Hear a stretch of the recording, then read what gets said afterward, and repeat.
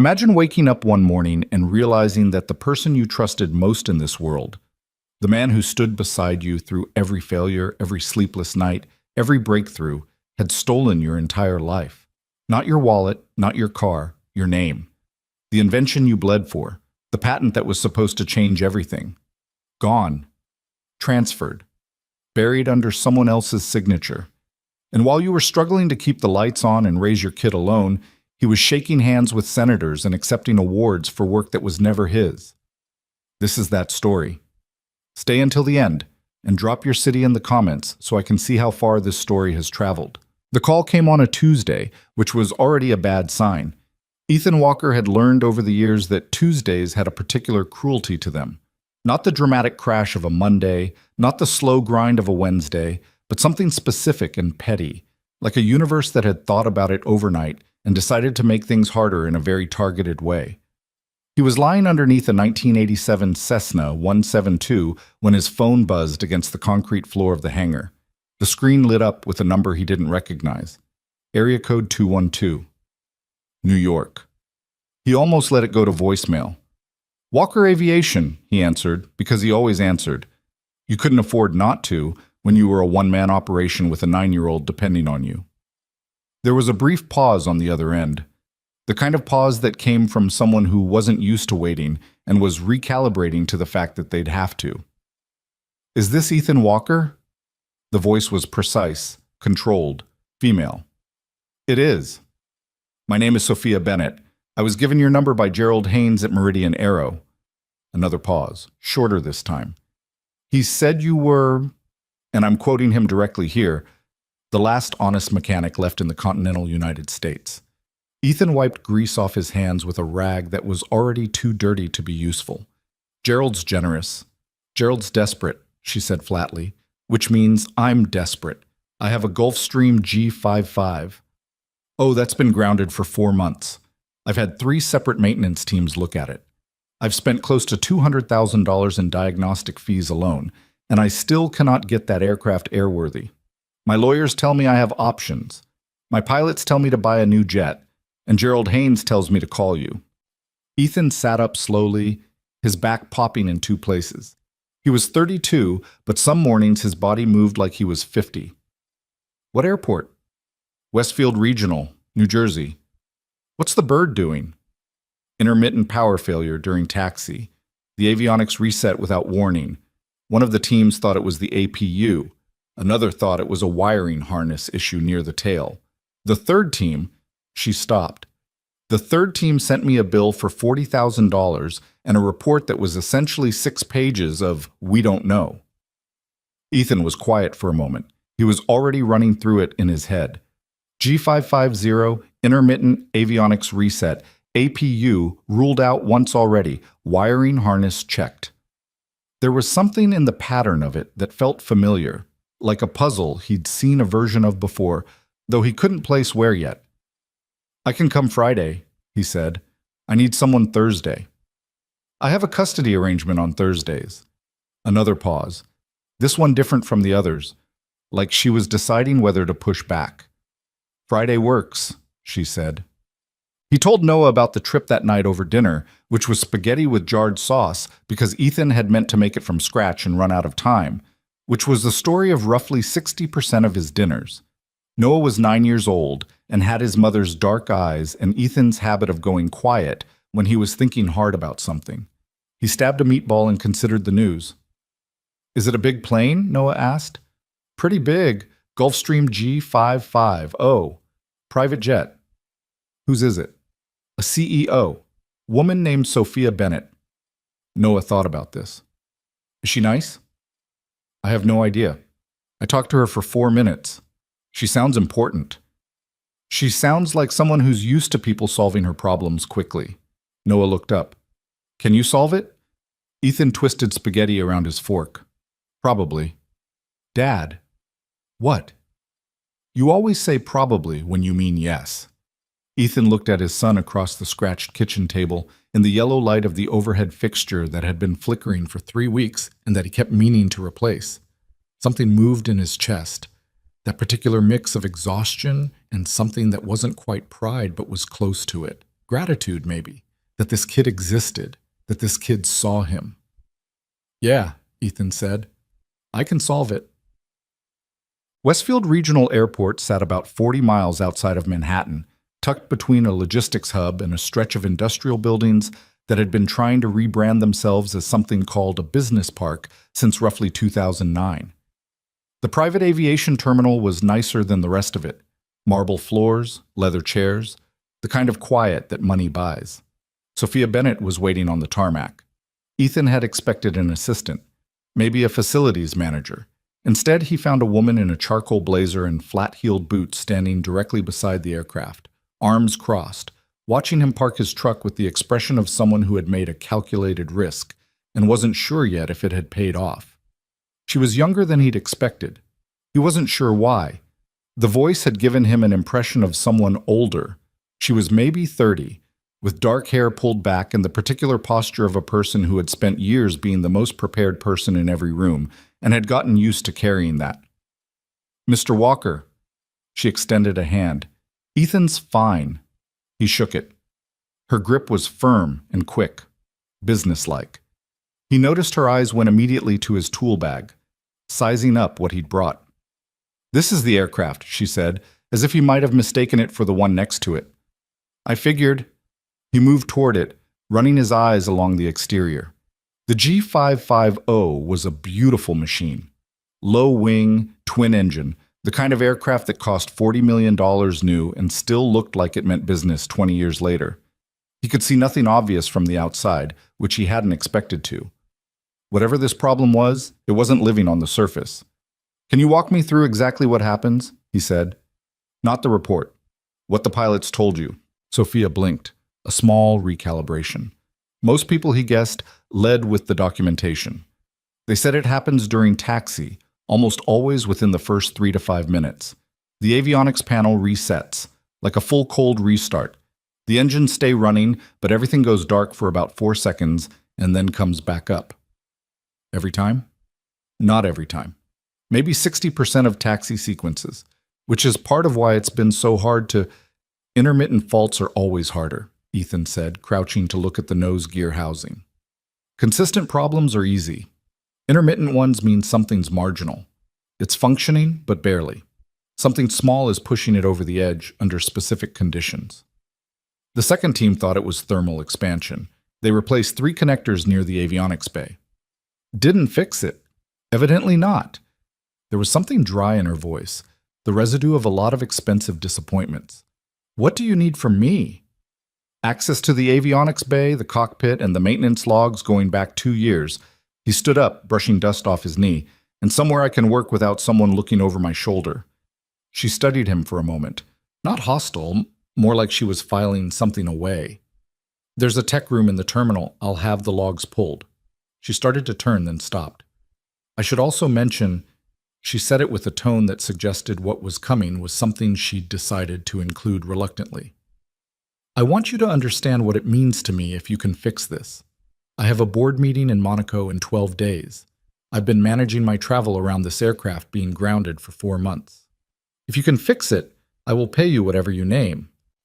Ethan had picked up his tool bag and was already heading toward the aircraft steps. I'll tell you what it costs when I know what's wrong with it. Most people don't pass up a blank check. Most people aren't trying to sleep at night, he said, and stepped aboard. He spent the first hour just reading. The maintenance logs were thorough. Somebody had kept good records, which helped.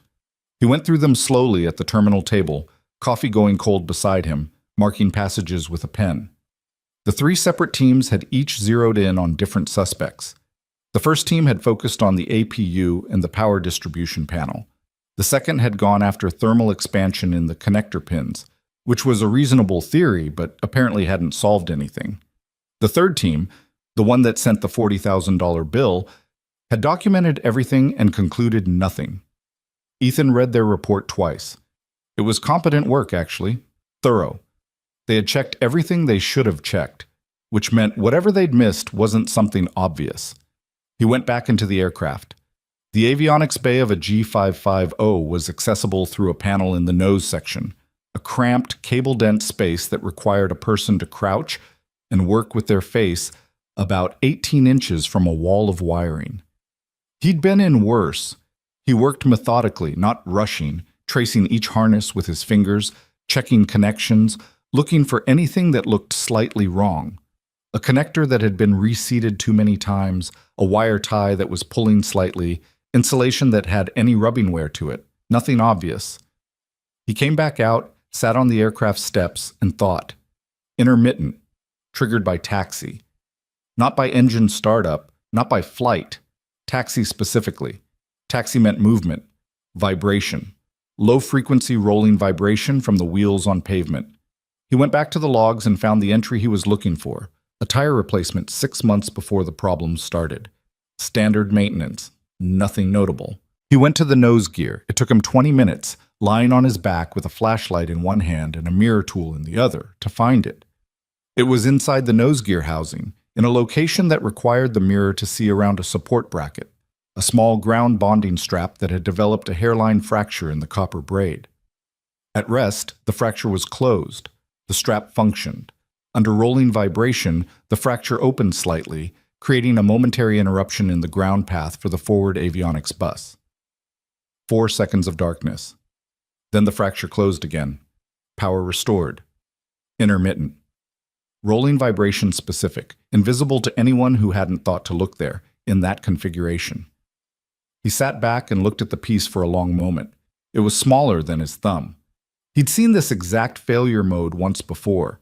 Not on a Gulfstream, but on a turboprop diagnostic model he'd helped design years ago.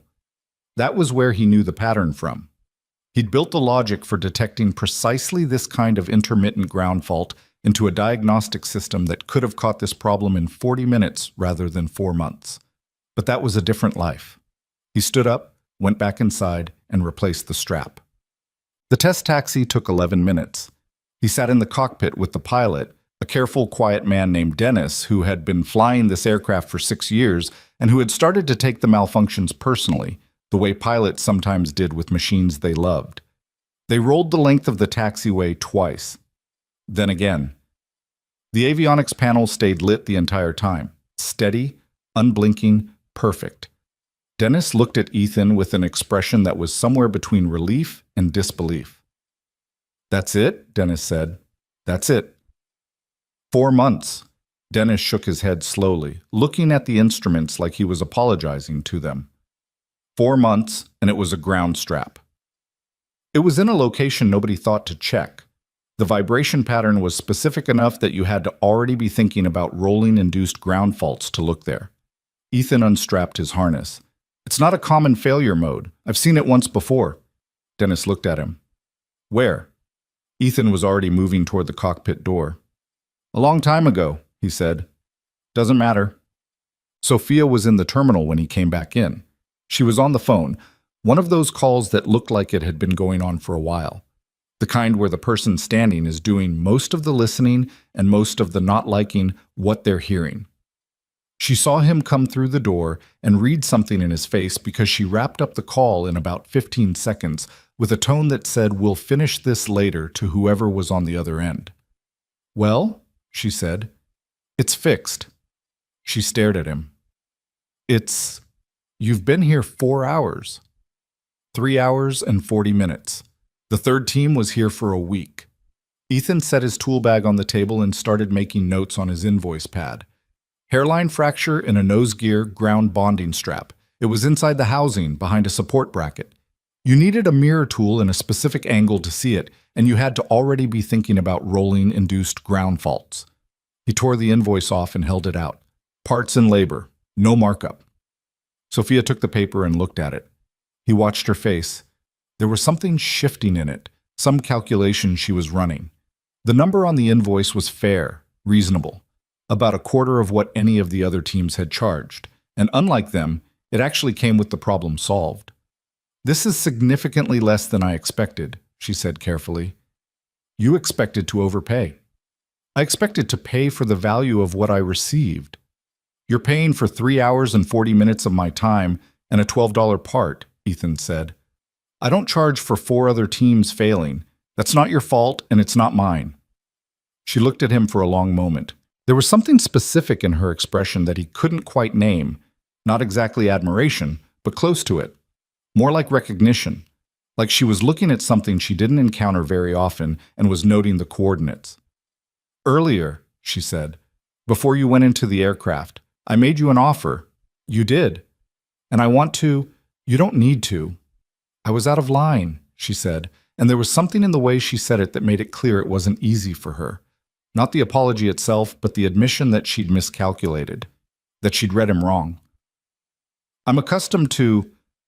I operate in environments where a certain kind of transaction is assumed. That was a mistake. It won't happen again. Ethan zipped his tool bag closed. I appreciate that. Can I ask you something?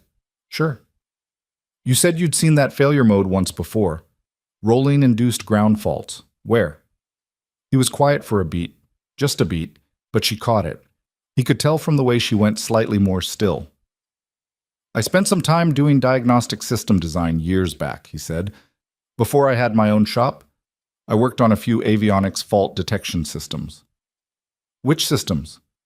Nothing that went to market. He picked up his bag. I'll email you the full service report by end of week. He walked out into the afternoon light and got in his truck and sat there for a moment without starting the engine. He hadn't thought about the diagnostic system in over a year. He'd made a deliberate effort not to. It was easier that way, or at least it had seemed easier, the way it's easier to stop touching a bruise even though the bruise is still there. The ground strap, the rolling vibration, the precise failure pattern. He'd built a system that would have caught that in 40 minutes. He'd built it in a rented lab with bad lighting and 2 whiteboards covered in his own handwriting, and he'd been proud of it in a way he'd been proud of almost nothing else in his professional life. And then the system had been taken from him, quietly and legally and completely, by the person he'd trusted most in the world. He started the engine. He had to pick up Noah by 6. Thus, he got to the school 20 minutes early and sat in the parking lot with the radio off. The school pickup line at Jefferson Elementary was a masterclass in human impatience, a long queue of parents inching forward in vehicles that ranged from sensible Hondas to SUVs that cost more than Ethan's annual revenue, everyone performing the same ritual of looking at their phones and then at the doors, and then at their phones again, like checking more frequently might make the children emerge faster. Ethan didn't check his phone. He just sat. He was thinking about Brandon Pierce. He thought about Brandon the way you think about a scar on your hand, not obsessively, but the way your eyes land on it sometimes without you deciding to look. You see it. You remember how it got there, and you go back to whatever you were doing. The memory was old enough now that it didn't hurt the same way it used to. It had changed from sharp to dull, the way most old injuries do. They'd met in graduate school, aerospace engineering, University of Michigan, both of them 23 and broke and completely certain they were going to change something. Brandon was the kind of person who filled a room, loud in the best possible way, magnetic. The guy who knew everyone's name and made everything feel like it was worth doing. Ethan was quieter, more technical, better at sitting with a problem until it surrendered. They were different enough that they complemented each other, and for a few years that dynamic had felt like the best possible version of a partnership. The diagnostic system had been Ethan's idea mostly, but ideas needed execution, and Brandon was better at the business side. The filings, the presentations, the pitch decks. So Ethan had worked on the system, and Brandon had worked on making it real, and for a long time that arrangement had seemed fair. The school doors opened. Children flooded out into the afternoon, backpacks bobbing, teachers standing at the entrance like anchors against the current. Ethan watched for Noah's red jacket. He found him near the back of the crowd. Noah always came out late, always the last one, because he hated being in the middle of the rush. He walked with his head slightly down, earbuds in even though the school technically didn't allow them until dismissal was officially over, which was a rule Ethan had decided not to fight about. Noah spotted the truck and his face opened up. That immediate, unconsidered relief of a kid seeing their safe person at the end of the day. And he jogged over. "How was it?" Noah asked, climbing in, backpack first, negotiating the seatbelt around it the way he always did instead of taking it off. "Fixed it." "Already?" Noah looked at him with something that was clearly inherited skepticism. "It was a big plane. The problem was small. Most problems are." Noah thought about this. "What was wrong with it?" A tiny piece of copper wire had a crack in it, the size of a hair. Noah's eyebrows went up. That's it? That's it. And nobody else found it? Nope. Noah was quiet for a moment, processing this. Then, was the CEO lady nice? Ethan pulled out of the parking lot and thought about Sophia Bennett standing on the tarmac in her charcoal blazer, looking at his tool bag like she was deciding whether to trust him. He thought about the way she'd apologized, not casually, not dismissively, but with the specific effort of someone who didn't do it often and was doing it anyway because it was right. She was okay, he said. Just okay? She was professional, and she was honest about being wrong about something. He glanced at his son. That's actually pretty rare. Noah appeared to be filing this information under a category he found mildly interesting. He plugged one earbud in and looked out the window. Dad? Yeah. You should charge more, Ethan almost laughed. What makes you say that? Because if everybody else charges a lot and can't fix it, and you charge a little and can fix it, you should charge more. Noah said this with the calm, logical certainty of someone who hadn't yet learned that money was complicated. It's just math. Ethan did laugh this time, a short, quiet one. You're probably right. I know I'm right. They drove home in the early evening light, through the familiar streets of the town that Ethan had chosen, not because it was impressive, but because it was manageable, and because the school was good, and because the hangar lease was affordable, and because manageable and affordable were the two words that a single father with a one-man business built his whole life around. He didn't think about Brandon again until after Noah was in bed.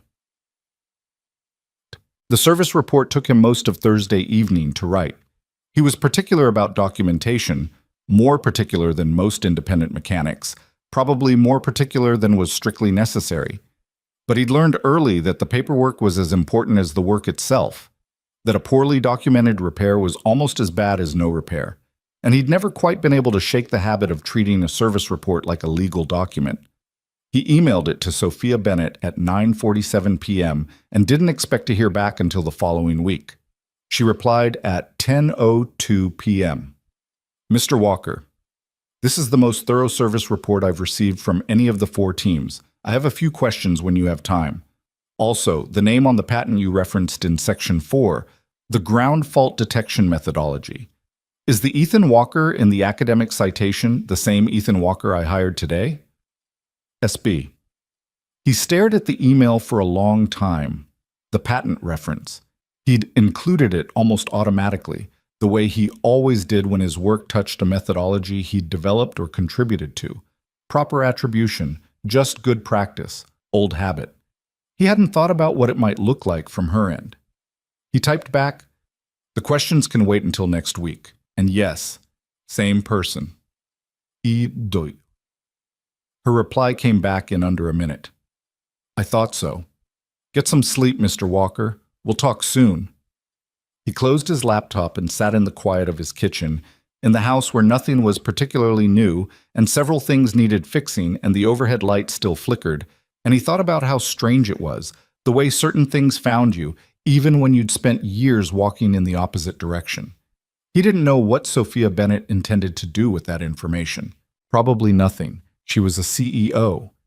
She had her aircraft back. She'd paid her invoice. That was the transaction. Complete. But she had noticed. That was the part that stayed with him. Not with hope exactly, because hope was something he'd gotten careful with over the years. But with a kind of quiet attention. The way you notice a change in the weather, not because you've made any plans around it, but because weather matters, and it's wise to pay attention to what's coming. He went to check on Noah. His son was asleep on his side, one arm hanging off the edge of the mattress the way he always slept, face completely slack, chest rising and falling in the slow rhythm of a kid with nothing on his conscience. Ethan stood in the doorway for a moment, not going in, just looking. 9 years old, dark eyes, his mother's cheekbones, Ethan's hands. He was the reason for every decision Ethan had made in the last 6 years. The reason for the small town and the affordable hangar and the invoice that charged for parts and labor with no markup and nothing extra. The reason for the careful, quiet, honest life that Ethan Walker had built out of the ruins of the one that had been taken from him. He pulled the door halfway closed and went to bed. In New Jersey, in a hotel suite 40 miles away, Sophia Bennett sat at a desk with a laptop open and a legal notepad beside it, and she was looking at a patent filing from 7 years ago, and her expression was very still. She was good at math, and the numbers didn't add up. Sophia Bennett had not built a company worth $400 million by being incurious. She had built it by asking questions that other people found uncomfortable, by following threads that other people let go, and by refusing to accept a tidy explanation when something underneath it felt crooked. It was not always a pleasant quality. Her COO had told her once, during a particularly difficult board review, that she had the instincts of a prosecutor and the patience of a surgeon, and he had not meant it entirely as a compliment. She had taken it as one anyway. So when she found the patent filing at 11 o'clock on a Thursday night in a hotel room in New Jersey, she did not close the laptop and go to sleep. She ordered another coffee from room service and kept reading. The filing was 7 years old. U.S. Patent Application 14/882441, titled Adaptive Ground Fault Detection System for Multi-Bus Avionics Architecture. It had been filed under the name of a company called Aerosynth Diagnostics, LLC, and the listed inventor was a man named Brandon Pierce. The abstract described a diagnostic methodology for detecting intermittent ground faults in aircraft avionics systems, specifically the kind of rolling vibration-induced failures that caused exactly the type of malfunction Ethan had just fixed on her Gulfstream. But in Ethan's service report, in a footnote at the bottom of Section 4, he had written, "Ground fault detection methodology consistent with principles developed during prior research. See Walker and Pierce, 2017. Unpublished technical paper, University of Michigan Aerospace Engineering Archive. Walker and Pierce." Sophia pulled up the university archive. The paper was there. 46 pages, dense with equations and diagrams, dated March 2017. Both names on the cover. Both names in the acknowledgments. The methodology described in the paper was, in every meaningful way she could assess, the conceptual foundation of the patent that Brandon Pierce had filed 8 months later, under his name alone. She sat back in her chair and looked at the ceiling for a moment. Then she opened a new browser tab and searched for Brandon Pierce. The results were extensive and uniformly flattering. Brandon Pierce, 34, founder and CEO of Aerosynth Diagnostics, a company that had grown from a 2-person startup to a 40-employee firm with contracts across commercial aviation, private aerospace, and 3 government defense programs. He had been profiled in Forbes, in Aviation Week, in a long feature piece in Wired that described him as the engineer who taught aircraft to diagnose themselves. His company's flagship product, the Aeroscan system, was licensed by 17 airlines and used in maintenance programs at 6 major airports, including, she noted with a cold feeling in her stomach, by her own corporation. Bennett Aerospace Holdings had signed a licensing agreement for Aeroscan 14 months ago. She hadn't been directly involved in that deal. It had gone through her acquisitions team, but her name was on the corporate umbrella. Her company's money had gone to Aerosynth Diagnostics, to Brandon Pierce, to a patent that might not have been his to file. She closed the laptop and sat in the quiet of the hotel room and thought about Ethan Walker, lying under her aircraft for 3 hours and 40 minutes, charging her for parts and labor with no markup, and filing a service report so thorough it had put 3 professional maintenance teams to shame. Then she thought about him saying, very quietly, a long time ago, "Doesn't matter." She picked up her phone. It was 11:43 p.m. She found the contact for her head of legal affairs, a woman named Carol Reyes, who had been with her for 6 years and who had the specific skill of not sounding annoyed when Sophia called after 11. Carol picked up on the 3rd ring. "Tell me it's something quick."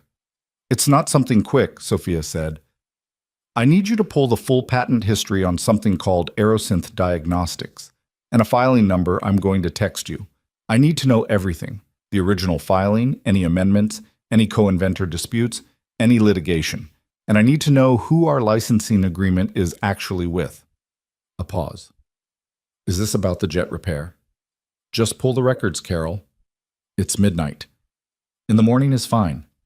Sophia set her phone on the desk. "And Carol, don't mention this to anyone on the team yet. Just you and me for now. Another pause. This one waited differently. Carol had worked with her long enough to understand what that instruction meant, that Sophia had found something that might embarrass the company, or someone connected to it, and was being careful about who knew before she understood the full shape of it. Understood, Carol said, and hung up. Sophia looked at the hotel room ceiling one more time. Then she turned off the lamp and lay down in the dark and stared at the window and did not sleep for a long time. The next morning, Ethan was back under a different aircraft, a twin-engine Beechcraft belonging to a charter company that used his hangar for regular maintenance, when his phone rang again. Same area code, same number. He considered briefly, not answering. Walker Aviation. It's Sophia Bennett. No preamble. I have some questions about the service report I said could wait until next week. They can't wait until next week. He sat up, already reading the tone in her voice. There was something different in it from the day before. Less controlled, or controlled in a different way, like she was holding something carefully because it was heavier than she'd expected. All right, Ott, he said. The patent reference in your footnote. Walker and Pierce, 2017. Can you tell me about that paper? He was quiet for a moment. The hangar was quiet too. Just the ambient sound of the regional airport a quarter-mile away, the distant percussion of small engines and taxiing aircraft. It was a graduate research paper, he said. Brandon Pierce and I wrote it together in our last year at Michigan. It outlined the theoretical framework for a ground fault detection system in multi-bus avionics. And the patent that was filed the following year, Aerosynth Diagnostics, inventor Brandon Pierce. You're familiar with it? I'm familiar with it. Were you listed as a co-inventor? The pause he took was about 2 seconds long. No. Were you involved in developing the methodology that the patent describes? Another pause. Longer. Ms. Bennett? Ethan. Her voice was different, quieter, but more direct. I'm not asking because I'm looking for leverage. I'm asking because my company has a licensing agreement with Aerosynth, and I need to understand what that means if there's a problem with the patent's ownership. He sat there in the hangar with his phone against his ear and thought about how many times over the past 6 years he'd been asked, in various forms, to explain what had happened with the patent, by his own lawyer before he'd run out of money to keep paying a lawyer, by a couple of former colleagues who'd heard rumors. Once, in a phone call he still thought about occasionally, by Brandon himself, careful and indirect, the way you talk to someone when you're not sure what they know. He'd stopped explaining it because explanations hadn't gotten him anywhere. At some point, the energy required to keep telling a story that no one with power had any incentive to investigate had started costing more than he had. I contributed substantially to the methodology that the patent describes, he said. More than substantially. The core detection logic, the rolling vibration threshold analysis, the dual bus verification sequence, those came from my work. Brandon handled the business side of things. He did the filing. He had the company structure. I had the notebooks and the whiteboards and the... He stopped. It was 7 years ago. Do you have documentation? Sophia asked. Notebooks, drafts, emails, anything time-stamped? I have notebooks. I have emails. I have a draft of the patent application that has my name on it that's different from the one that was filed. He hadn't said that to anyone in years. Saying it out loud in the hollow of the hangar felt strange, like opening a door to a room where the air had gone stale. Sophia was quiet on her end. He could hear her breathing, slow and deliberate, the breath of someone being careful with what they said next. I want to be clear about something, she said finally. I'm not your attorney, and I'm not making you any promises. But I have legal resources, and I have people who know patent law, and what you just described, if there's documentation to support it, is not a small thing. A beat. Brandon Pierce is scheduled to receive the National Aerospace Innovation Award in 11 days. It's being presented at a gala at the Meridian Grand in Manhattan. It's one of the most visible recognitions in the industry. Ethan said nothing. If his company's foundational patent has a legitimate co-inventor who is excluded from the filing, Sophia continued, that matters. To the award committee, to the licensing agreements, to the industry record. She paused. It matters to me. My company's name is attached to this. With respect, Ethan said slowly, your company's name being attached to it is a reason for you to want this resolved. It's not necessarily a reason I should trust that you want it resolved fairly. The silence that followed was not an offended one. It was, he thought, the silence of someone encountering an accurate point. That's a reasonable thing to say, she said. I don't have an answer to it right now that would mean anything. All I can tell you is that I found this on my own, I called you on my own, and nobody at my company knows I'm making this call. A pause. I'd like to come to your shop. When? Today. Tomorrow at the latest. He looked around the hangar, the Beechcraft in pieces, the workbench covered in parts, Noah's drawings taped to the office wall from the last time he'd brought him in on a school holiday. The particular private geography of a life he'd built carefully, brick by brick, around the wreckage of something else. Tomorrow afternoon, he said. After one. She arrived at 1:15 in a rental car, alone. No assistant, no lawyer, no driver. Just Sophia Bennett in dark jeans and a navy jacket, carrying a leather portfolio and looking slightly less composed than she had on the tarmac, more human, somehow, in the fluorescent light of the hangar office. Ethan had made coffee. It wasn't good coffee. It was the kind that came from a machine that had been bought used and cleaned irregularly, but he'd made it, and she took the mug he offered without comment, which he noted. He'd put the notebooks on the table, 3 of them, spiral-bound, the covers soft with age and handling. He'd taken them out of the storage box that morning for the first time in almost 4 years, and just handling them had cost him something he didn't have words for, some particular combination of grief and anger and the specific exhaustion that comes from carrying something for too long. She sat across from him and opened her portfolio without ceremony. My legal team pulled the full patent history last night, she said. The original application, the one that was submitted to the USPTO, lists one inventor, Brandon Pierce. There's no amendment, no correction, no supplemental filing. She looked up. Under patent law, failing to list a co-inventor on a patent application is considered inequitable conduct. If it's intentional, it can invalidate the patent entirely. I know what it is, Ethan said. I know you know. I'm saying it so we're both working from the same language. She turned a page in her portfolio. My IP attorney reviewed the published paper from your Michigan archive last night. She says the methodology overlap between the 2017 paper and the 2018 patent is, quote, not subtle. She slid a printed document across the table, a page of side-by-side comparisons, highlighted passages, margin notes in red ink. She also said that if you have time-stamped notebooks showing your individual development of the core logic, that's a significant evidentiary foundation. Ethan looked at the comparison page. He didn't need to read it carefully. He'd lived the original. He knew what the overlap looked like.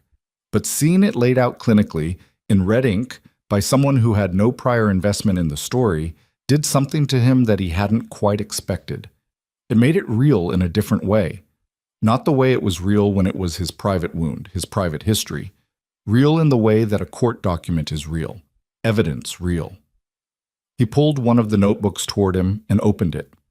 The date on the first page was February 2016, a full year and a half before the patent was filed.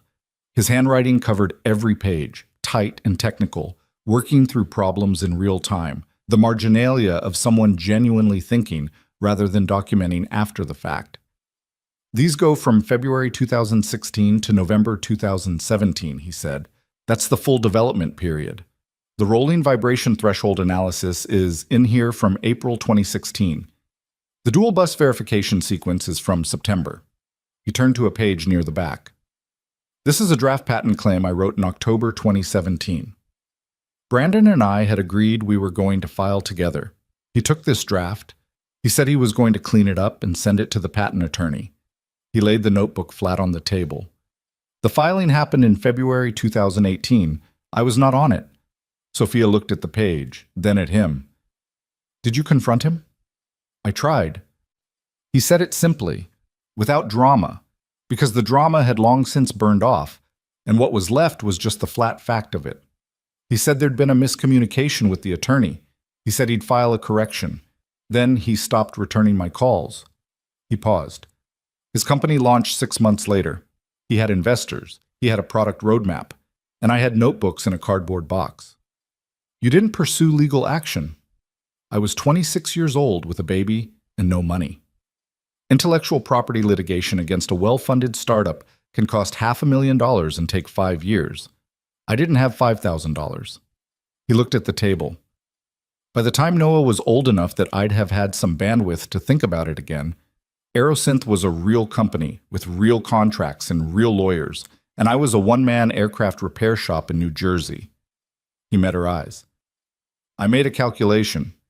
I told myself it was about protecting my kids' stability. Maybe it was. Maybe I just got tired. Sophia was quiet. She was looking at him with an expression that was hard to read. Not pity, he didn't think. Something more complicated, like she was processing multiple things at once and hadn't finished yet.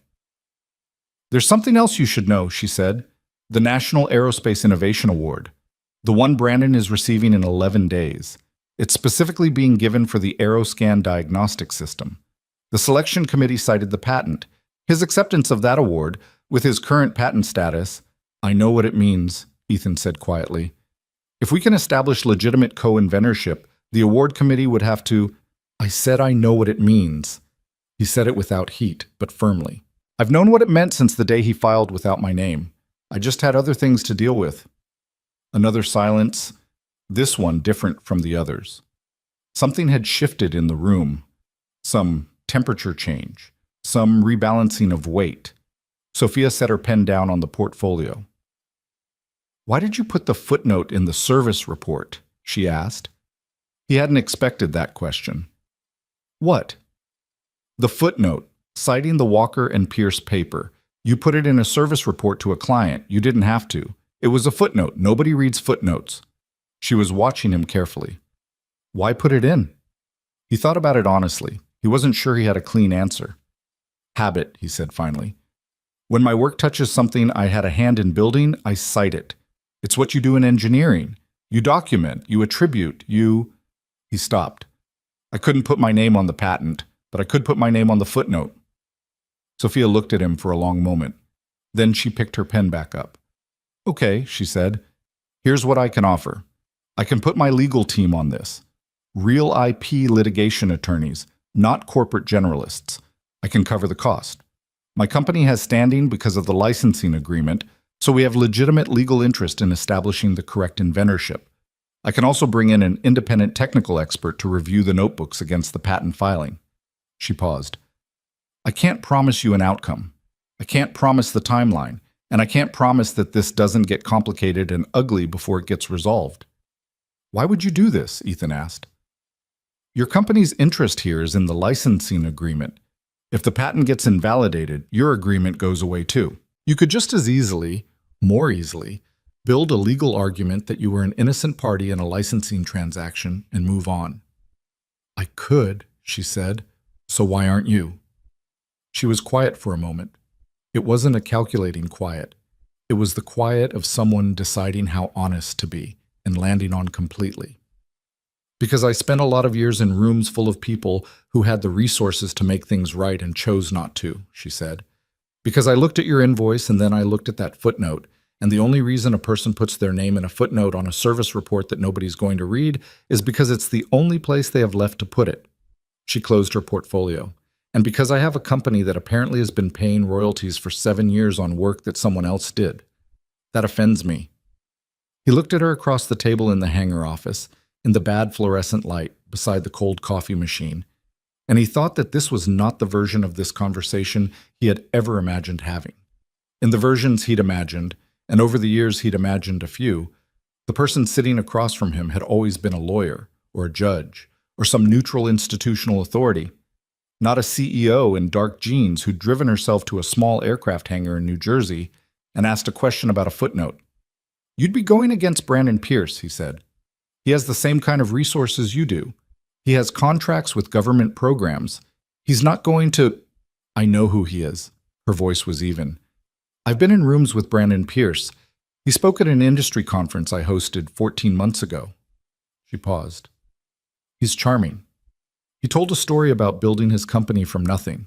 He talked about sleepless nights and breakthroughs and how the technology came to him. Something moved across her face, brief but visible. I applauded. I gave him 20 minutes on my stage. She picked up her portfolio. I'd like to not have done that, in retrospect. Ethan didn't say anything. There wasn't much to say to that. Can I take photographs of the notebooks? She asked. I'll leave the originals with you. My team will need the images to start the analysis. He nodded. She took her phone out and went through every page methodically, carefully, the way she did everything, thorough, deliberate, not missing anything. It took about 40 minutes. Neither of them talked much during it. There wasn't an awkwardness to the silence, just a kind of shared focus. Something was being started here, and they were both aware of it. When she finished, she stood up and put her phone in her jacket pocket. There's one more thing, she said. I had my investigator pull your professional history when I was reviewing the service report. Before I called you today. She said it straightforwardly, without apology, because she wasn't the kind of person who apologized for doing her homework. 6 years ago, when you left Michigan and started Walker Aviation, you had a business partner, Marcus Webb. The partnership dissolved in 18 months. Ethan felt a small tightness in his jaw. That's correct? What happened? That's not related to the patent. I'm not suggesting it is. I'm asking because I want to understand the full picture before I commit my resources to this. She held his gaze. I'm not going to find something later that changes the shape of the story in a way I didn't expect. He looked at her. The tightness eased, replaced by something more like reluctant respect. She was right to ask. He would have asked the same thing. Marcus and I had a disagreement about how to structure the business. He wanted to expand fast, take on investors, grow the shop into something regional. I wanted to stay small, stay independent, focus on quality. He paused. I had Noah. I couldn't afford a failed expansion. We disagreed. We dissolved the partnership. He took his capital and started his own shop in Pennsylvania. We haven't talked since. He met her eyes. That's the whole story. She held his gaze for another beat, then nodded once. All right. She picked up her portfolio. I'll have my attorney reach out to you on Monday. Her name is Diane Eng. She's very good. She'll explain what the process looks like and what she'll need from you. She started toward the hangar door, then stopped. Ethan. He looked up. The diagnostic system you built. The methodology in those notebooks. She tilted her head slightly. It's genuinely good. I had my technical team look at the Aeroscan product. The core logic you described to me on the phone, what it can do, the intermittent fault detection, the rolling vibration threshold analysis. It's elegant. It's the kind of thing that takes a real understanding of the underlying physics. She paused. Brandon Pierce is a good businessman. He's not the engineer who designed that. Ethan didn't answer. I just wanted to say that, she said. Someone should have said it sooner. She walked out into the afternoon.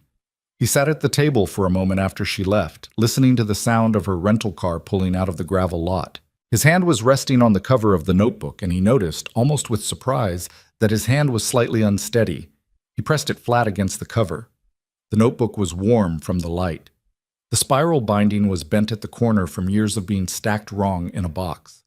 His initials were written in black marker on the cover, the way he'd labeled everything in graduate school, because lab notebooks got mixed up and lost and borrowed and never returned, and you learned quickly to put your name on things. He sat there for a while longer. Then he got up, put the notebooks back in order, and went back to work on the Beechcraft. He had 4 hours before he needed to pick up Noah. But something was different now, something in the specific weight of the afternoon, in the quality of the silence in the hangar, in the way the light fell through the high windows onto the concrete floor. The cardboard box had been opened. The notebooks had been on a table. Someone with real power and real resources had sat across from him and read the footnote and understood what it meant. He didn't know yet what that would become. But something had started. And after 6 years of nothing starting, something was something. He picked up his wrench. He went back to work. Across the state, in a glass and steel office building in Midtown Manhattan that cost more per square foot than most people made in a year, Brandon Pierce was on his third meeting of the afternoon when his phone buzzed with a message from his attorney.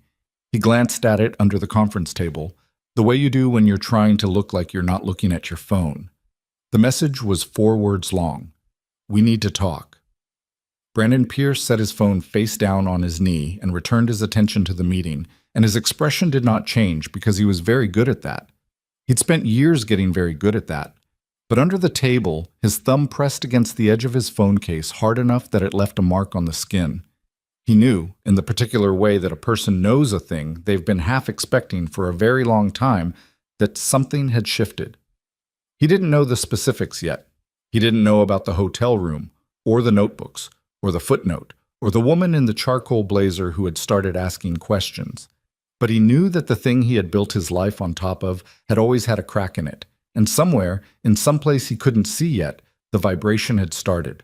Diane Ung called on Monday morning at 8:47, which told Ethan two things: that she was a morning person, and that Sophia Bennett had not been exaggerating about her. She had a voice that was brisk without being cold, the voice of someone who had learned to move fast because time was always the resource in shortest supply.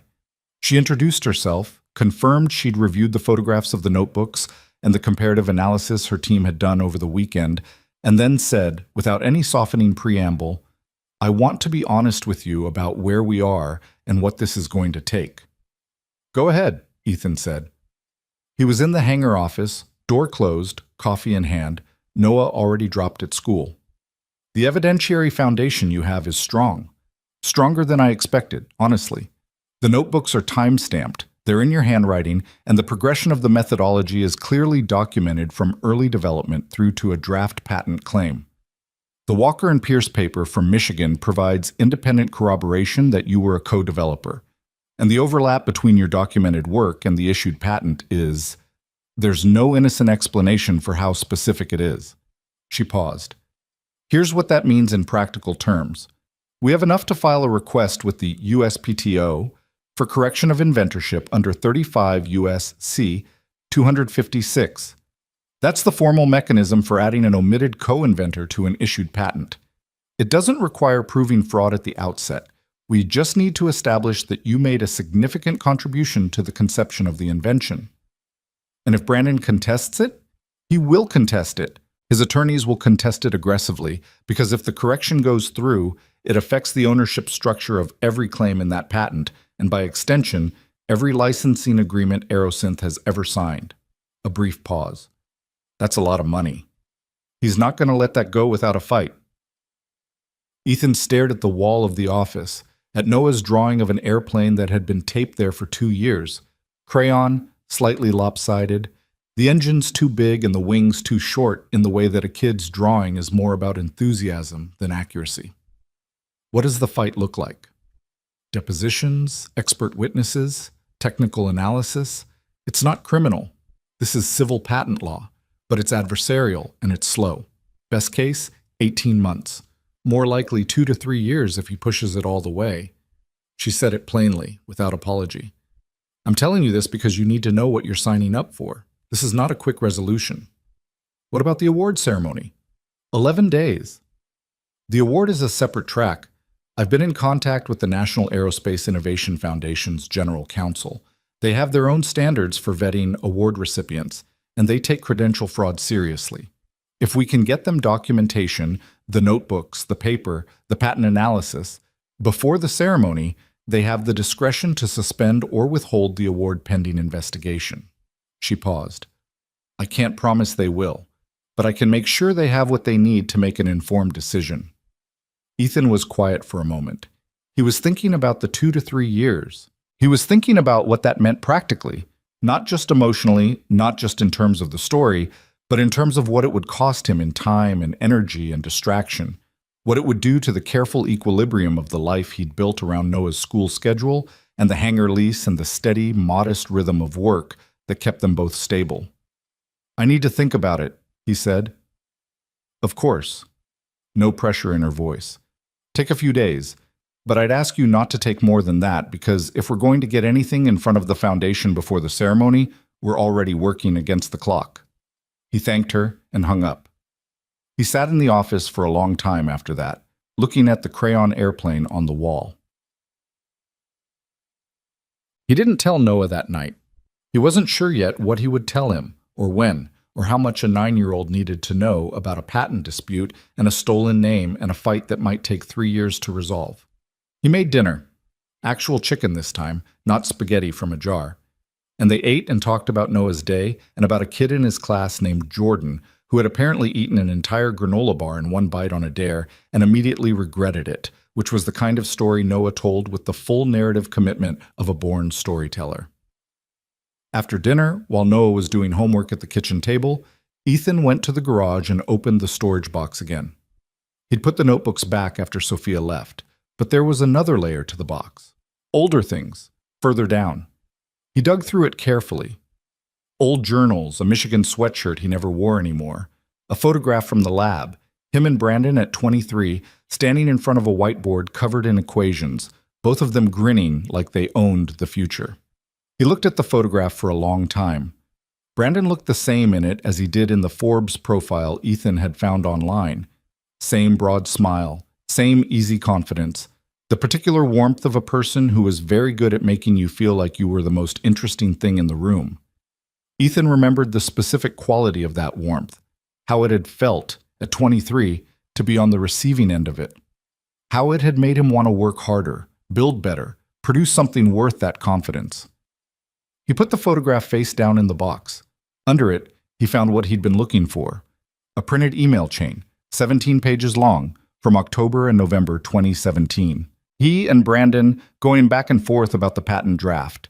Brandon's messages were enthusiastic, encouraging, full of exclamation points and phrases like this is going to change everything, and once we file, we'll have the whole thing locked down. Ethan's messages were more measured. Technical questions, specific edits, a careful conversation about which claims to prioritize. The last email from Brandon, dated November 14, 2017, said, "I've got a meeting with the patent attorney next week. I'll take the draft in, clean up the language, and we'll be good to go. You'll have the filing confirmation by end of December." Ethan had replied, "Sounds good. Let me know if they need anything from me." Brandon's filing had happened in February 2018. Ethan had never received a filing confirmation.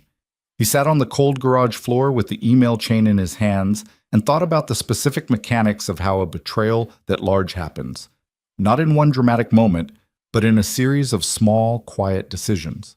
An email not sent, a name not added, a phone not answered. The accumulation of ordinary seeming omissions that added up eventually to a theft. He folded the email chain and put it in a separate folder. Then he went back inside, checked Noah's homework, and called Diane Ng's office to leave a message that he was ready to move forward. The first response from Brandon's legal team came 4 days later, faster than Diane had expected, which itself told a story. She called Ethan on a Thursday afternoon while he was doing an engine inspection on a Piper Cherokee.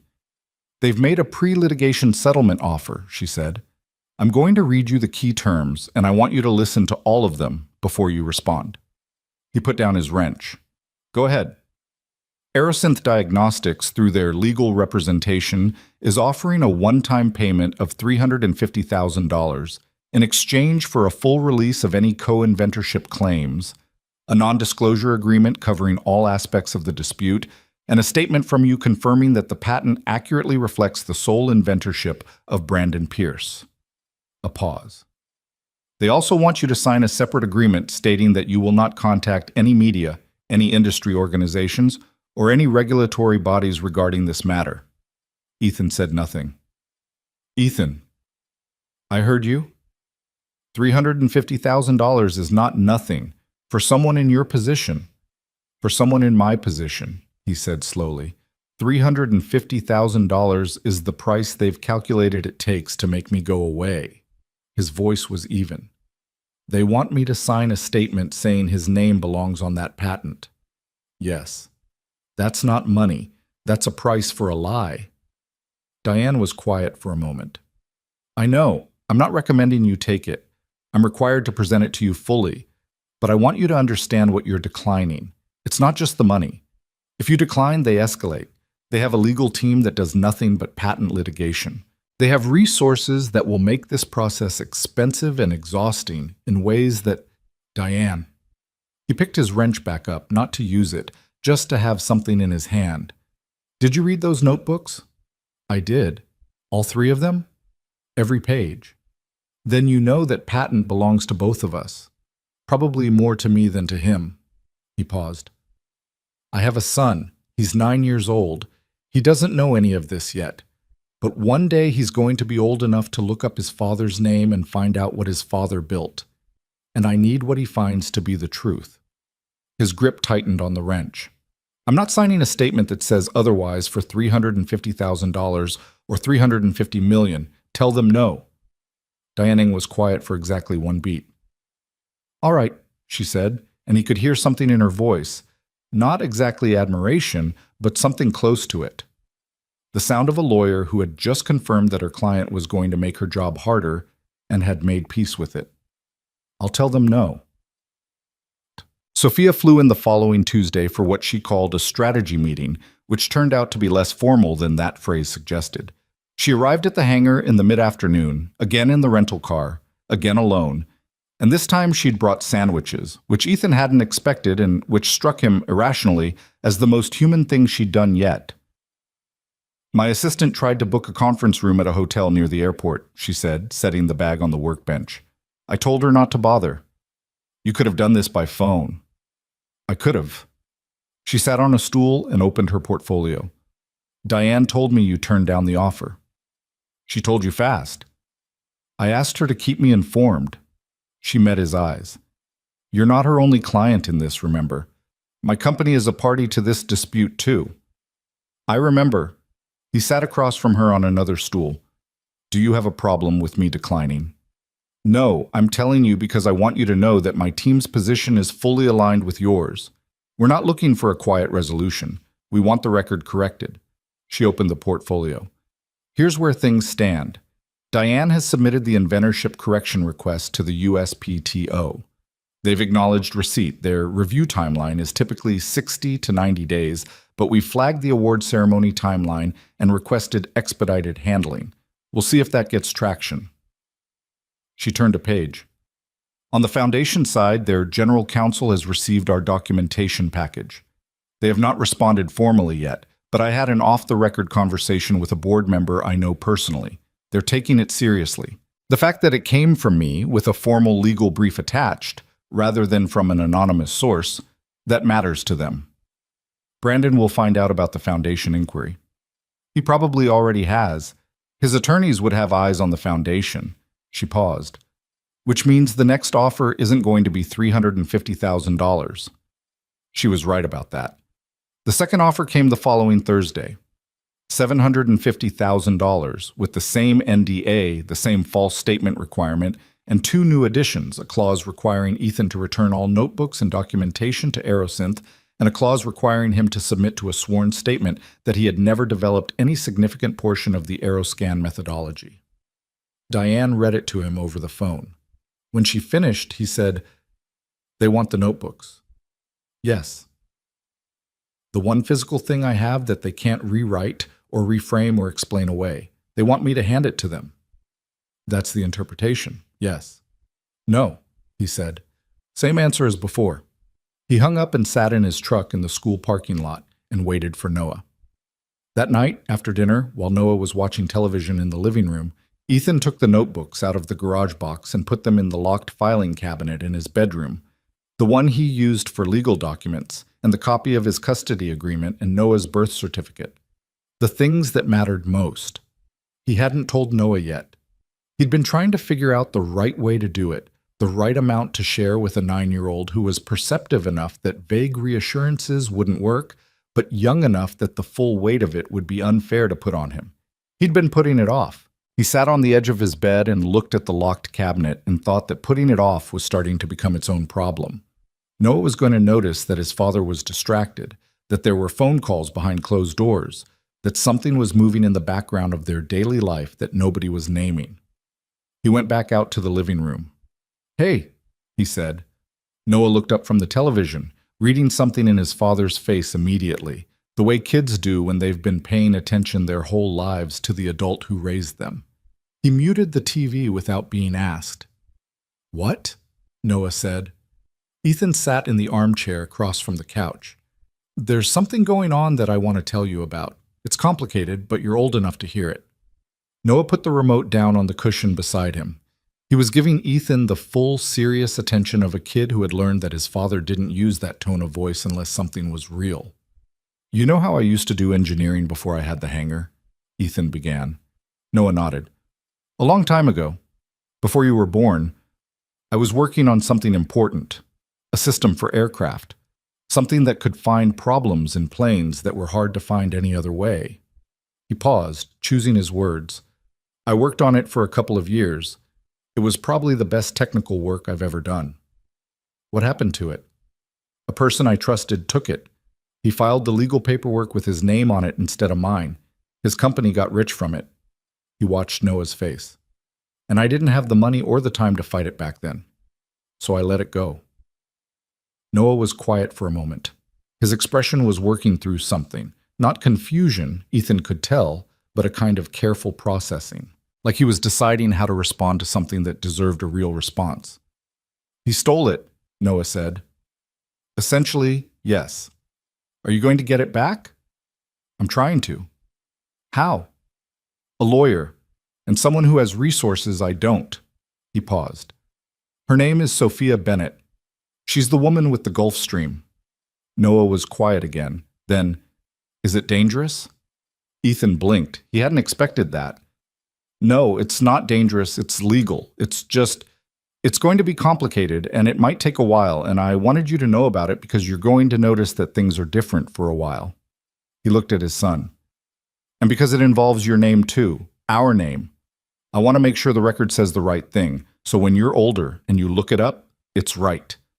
Noah sat with that for a long moment. The television played silently behind him, some nature program, footage of birds over a coastline. "Dad," Noah said. "Yeah." "Why didn't you fight it before?" It was the question Ethan had been asking himself in various forms for 6 years. He told himself it was money, time, resources. He told himself it was stability, Noah's needs, pragmatism. All of those things were true. But sitting here in the living room with his 9-year-old looking at him with those serious dark eyes, he found he didn't want to give the practical answer. "I was tired," he said, "and I was scared. Not of him, exactly. More scared of losing. Of fighting and still losing. If you fight and win, you get something back. If you fight and lose, you've used up everything you had, and you're still empty-handed." He held his son's gaze. "I had you to take care of. I didn't want to gamble with that." Noah was quiet for a few seconds. "But you're fighting now." "Yes." "Because of the Gulf Stream lady?" "Because someone found the evidence and pointed it at me and told me the truth still mattered. And because—" He stopped. Started again. "Because you're old enough now that I can fight without it being at your expense. And because you deserve to know the truth about what your father built." Noah looked at him for a long moment. Then he picked the remote back up, unmuted the TV, and said, "You should win." Ethan almost laughed. "I appreciate the vote of confidence." "I mean it. You should win." Noah turned back to the screen, but his posture had changed. Something settled in it, like a decision had been made. "I'll look it up when I'm older. I want it to be right." The investigation was not clean or quick or particularly dignified. Diane had warned him about that, and she'd been accurate. Over the following 3 weeks, it spread into territory that Ethan hadn't fully anticipated. The technical expert Diane brought in was a professor named Dr. Sandra Okafor from Caltech, who specialized in avionics systems and patent analysis, and who had testified in 12 previous intellectual property cases. She spent 4 days with the notebooks and the patent documentation before delivering a report that was 43 pages long and methodologically airtight. Her conclusion, summarized in the report's first paragraph, was that the core inventive concepts described in the patent, specifically the rolling vibration threshold analysis and the dual bus fault verification sequence, were documented in Ethan Walker's notebooks a minimum of 18 months before the patent's filing date, and were not present in any documented work attributable to Brandon Pierce prior to their collaboration. In plainer English, Brandon Pierce had not invented what the patent said he invented. Not alone. Possibly not at all. Sophia called Ethan the night Diane forwarded him the report. He was in the hangar, working late. the overhead lights casting long shadows across the concrete floor. "Have you read Okafor's report?" she asked. "3 times. It's thorough. It's definitive." He set the report down on the workbench. "The question is whether definitive means anything to the people who decide these things. It means something to the Foundation." Her voice had an edge to it, not anger exactly, but the particular tension of someone who had been managing a situation carefully and was watching it accelerate. "Their general counsel called Carol today. They're convening an emergency review of Brandon's nomination. They won't tell us the outcome before the ceremony, but the fact that they're convening an emergency review 3 days before the event means they're worried." "Means they're worried," she agreed. In his midtown office, Brandon Pierce was, by all accounts, not sleeping well. His assistant had canceled 2 client meetings that week. His attorneys had been in and out of his building with the frequency of people trying to contain something that kept spreading. The Forbes profile that had run the previous month had been quietly removed from Aerosynth's website. He had not tried to call Ethan, but one of his attorneys had reached out to Diane on a Friday afternoon with what was framed as an informal conversation about a potential restructured arrangement, language that translated, in Diane's experience, to, "We know the first 2 offers failed and we want to try a different approach." Diane had relayed the substance of the call to Ethan over the weekend. "They're proposing a co-inventorship acknowledgement without the false statement requirement. They'd amend the patent to add your name. In exchange, you'd agree not to seek damages or licensing recalculations." "They want to add my name quietly," Ethan said. "No publicity, no acknowledgement of what happened, just a technical correction buried in a USPTO filing that nobody reads." "That's the shape of it." "And the award?" No mention of the award in their offer. He was in the kitchen when this call came. Noah was at school. The overhead light was still flickering. He'd bought the replacement bulb and kept forgetting to actually change it, and the intermittent flicker had become such a fixture of the kitchen that he'd started not noticing it, the way you stop noticing a sound once you've classified it as background noise. "No," he said. "Ethan, they want to give me my name back in a document no one will see, and they want to keep the award and keep the company's public story intact.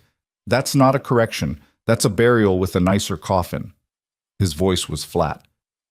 "I want the official record corrected in full.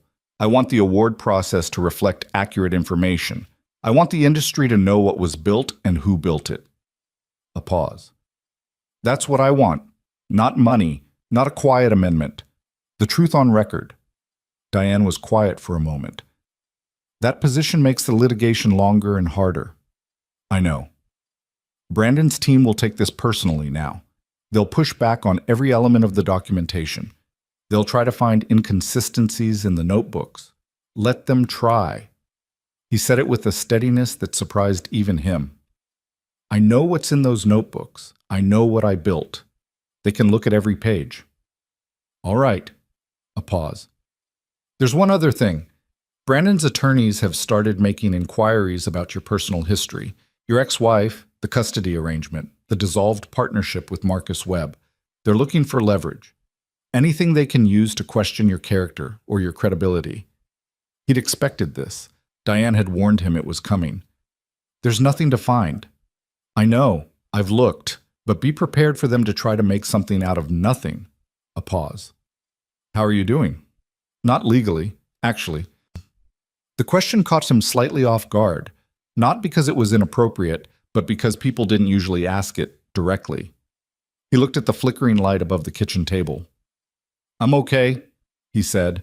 Then more honestly, "I'm tired. It's a lot to carry alongside regular life. But I'm okay." "That's all you need to be," Diane said, and for the first time in their professional relationship, her voice had something in it that wasn't quite lawyerly, just human. "That's enough. We'll cut." The award ceremony was 4 days away when Sophia called with news that changed the shape of everything. Ethan was picking up Noah from school when his phone rang.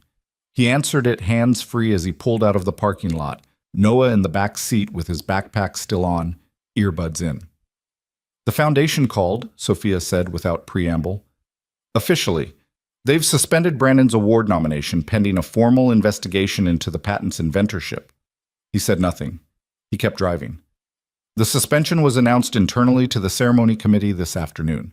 It'll be public by tomorrow morning. Their statement says the award has been suspended due to new information regarding the nominated work, and that an independent review will determine whether the nomination should be reinstated, withdrawn, or reconsidered. A pause. Their general counsel specifically mentioned the Okafor report as the triggering document. "He'll fight it," Ethan said quietly. "Of course he will." His attorneys released a statement within the hour calling it politically motivated and claiming there's no merit to the allegations. They're filing an injunction to try to force the foundation to reinstate the nomination before the ceremony. A pause. The injunction won't succeed. Foundation award decisions are discretionary and not subject to judicial oversight, but they'll file it anyway because filing it generates news. Noah had taken out one earbud. He was looking at the back of his father's head with the careful attention of a kid reading a situation he'd been told about. "Dad?" Noah said quietly. Ethan glanced in the rearview mirror. "I'm on the phone, buddy." "I know. Is it the thing?" Ethan hesitated. "Yeah." Noah put his earbud back in and looked out the window, but the set of his shoulders was different. A little straighter, Ethan thought, like someone bracing for something they'd decided they were ready for. "Ethan," Sophia said, "the foundation's suspension doesn't resolve the patent question. That's still going to take time. But it means that in 4 days, at that ceremony, in front of every major figure in the aerospace industry, the award that was going to be given to Brandon Pierce for work he didn't do alone is not going to be given." She paused. "That's not the end of it, but it's the first time the truth has been loud enough that the room has to stop and listen." He turned onto his street. The afternoon light was long and flat, the kind of autumn light that makes ordinary things look significant. "Is it enough?" he asked. "For now? Is it enough to make the rest of the process possible?" "It makes the rest of the process visible," she said, "which is a start." He pulled into the driveway and sat for a moment with the engine running. "Sophia." "Yes." "Thank you for the footnote thing." He paused, aware of how that sounded. "For reading it." A brief silence. "Get some rest," she said. "The next few days are going to be loud." She hung up. Noah had gotten out of the car and was standing on the front walk with his backpack, looking back through the windshield at his father with an expression that asked, without words, what just happened. Ethan got out of the car. He stood on the driveway in the long autumn light and looked at his son. "The award," he said, "the one they were going to give him. They've suspended it." Noah processed this. "Because of your notebooks?" "Partly, because of a lot of things." "Is that good?" "It's the beginning of good." He nodded toward the house. "Come on, I'll make dinner." "Is it going to be spaghetti?" "Probably." Noah made a face that was performatively disappointed but actually fine with it, and they went inside. In his midtown office, 12 floors up and 40 miles away, Brandon Pierce was on the phone with his lead attorney, and his voice, usually controlled, usually warm, usually the practiced instrument of a man who had spent years knowing exactly what effect his words would have, was none of those things. It was just scared. And in that glass and steel building where he had built a career on someone else's foundation, the crack that had always been there was finally running from floor to ceiling. The news broke on a Wednesday morning, the way bad news usually does, not with any particular drama. Just a press release and a timestamp and the quiet mechanical spread of information across industry newsletters and LinkedIn feeds and the inboxes of people who cared about such things. The National Aerospace Innovation Foundation's statement was 14 sentences long. It confirmed the suspension of the award nomination, cited newly submitted documentation regarding the inventive process underlying the nominated technology, and stated that an independent panel had been convened to review the matter. It did not name Ethan Walker. It did not name Brandon Pierce, except in the context of the nomination itself. It was careful and institutional and said, between every line, that something was wrong without fully committing to what that something was. By 9 in the morning, Ethan's phone had received 11 calls from numbers he didn't recognize. He sent all of them to voicemail. 3 were journalists. 2 were from people who identified themselves as former colleagues of Brandon's who wanted to talk.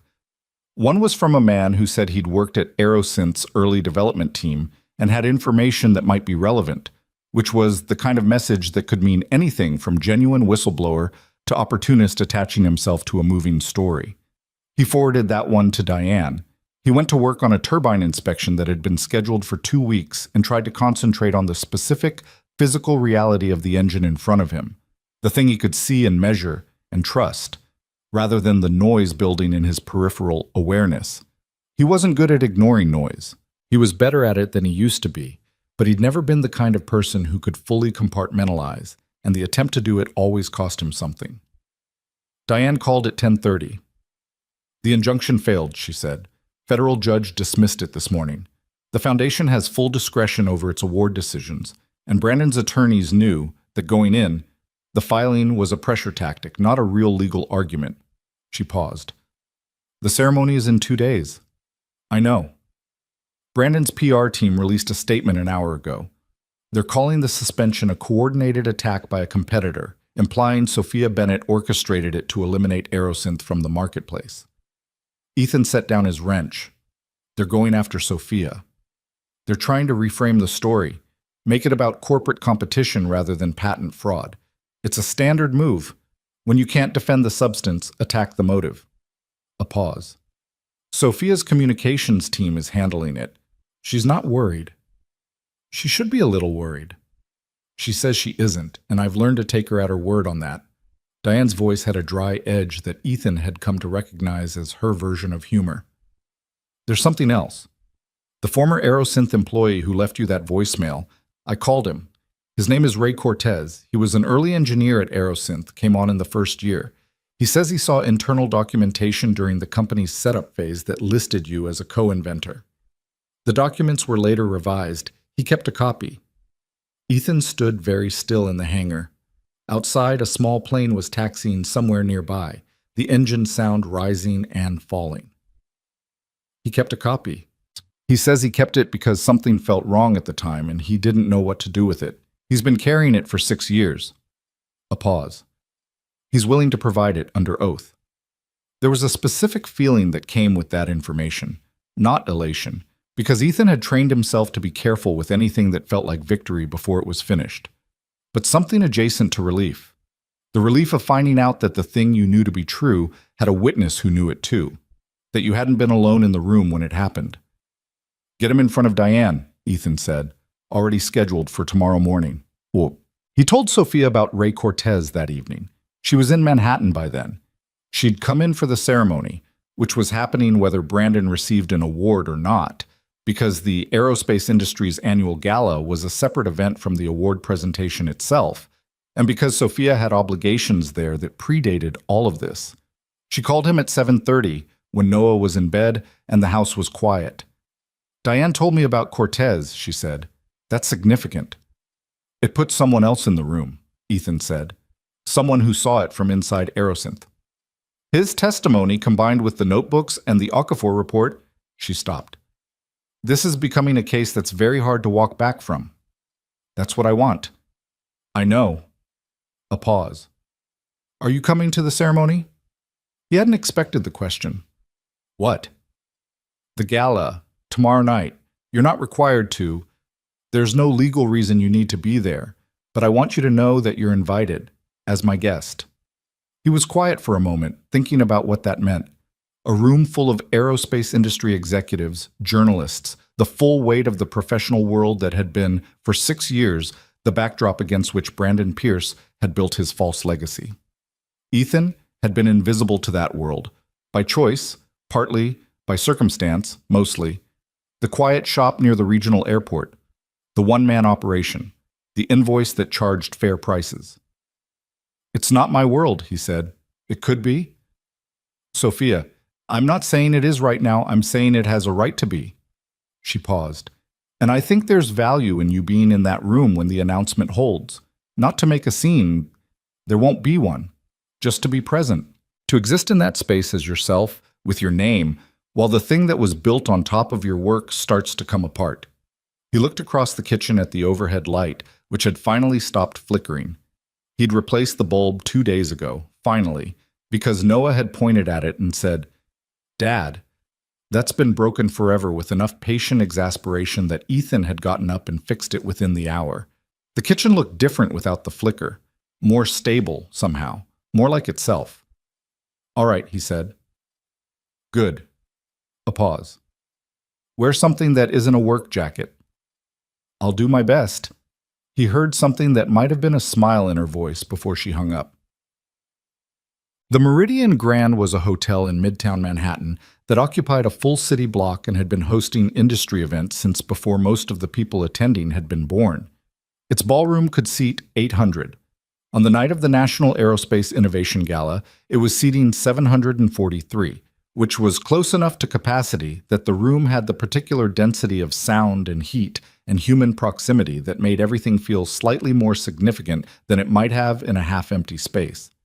Ethan arrived 20 minutes late because the train from New Jersey had run on a delay that the MTA had communicated to him via a single cryptic notification on his phone, and because he'd spent longer than planned trying to find a shirt that didn't look like something he'd wear to a maintenance inspection. He'd settled on a dark navy shirt and the one blazer he owned, which he'd bought 3 years ago for a custody mediation hearing and had worn 4 times total.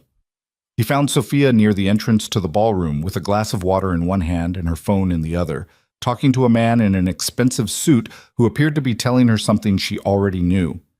She spotted Ethan across the lobby and said something brief to the man, who moved away, and she crossed to where Ethan was standing. "You made it," she said.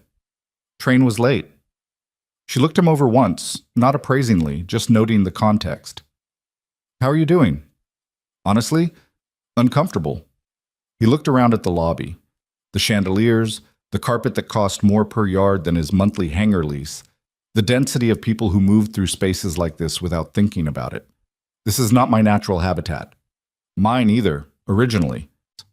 She said it without sentimentality, just as a fact. You learn to move through it without letting it move you. She tilted her head toward the ballroom. "Brandon is here. He arrived 40 minutes ago with 4 people, 2 of whom are attorneys." "He came anyway." "He was always going to come. Staying away would have been an admission. He's going to sit in that room and let people see him, and his attorneys are going to make noise, and he's hoping the suspension looks like a procedural technicality rather than what it actually is." A pause. "He doesn't know about Ray Cortez yet." "Diane filed the supplemental evidence this afternoon. He'll know by tomorrow." They moved into the ballroom together. The space was loud with the specific sound of an industry gathering, the collective voice of a few hundred people who all knew each other and were performing various versions of professional warmth at one another. Ethan followed Sophia to a table near the center of the room, where Carol Reyes and 2 others from Bennett Aerospace were already seated. Carol looked at Ethan with the expression of someone who had heard a great deal about him and was now calibrating expectations against reality. She extended her hand. "Carol Reyes, I've read your notebooks." "Good reading?" Ethan said. "Infuriating reading," she said, "in the most useful possible way." He sat down. The table had a view of the stage, the podium, the backdrop with the Foundation's logo, the particular theatrical staging of an event where something important was supposed to happen. Waitstaff moved through the room with practiced efficiency.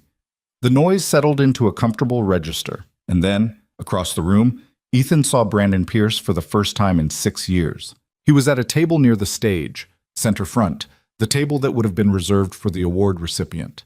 He looked the same as the Forbes photograph, the same as the conference panel, the same as the man who had stood beside a whiteboard at 23 and grinned like the future was a certainty. He was talking to the man beside him with the full engagement of someone performing normalcy, but his posture had something in it that hadn't been in the photographs. A slight rigidity in the shoulders, a quality of attention that was pointed in too many directions at once. He was watching the room. He hadn't seen Ethan yet. Sophia touched Ethan's arm lightly. "Breathe," she said quietly. "I'm breathing."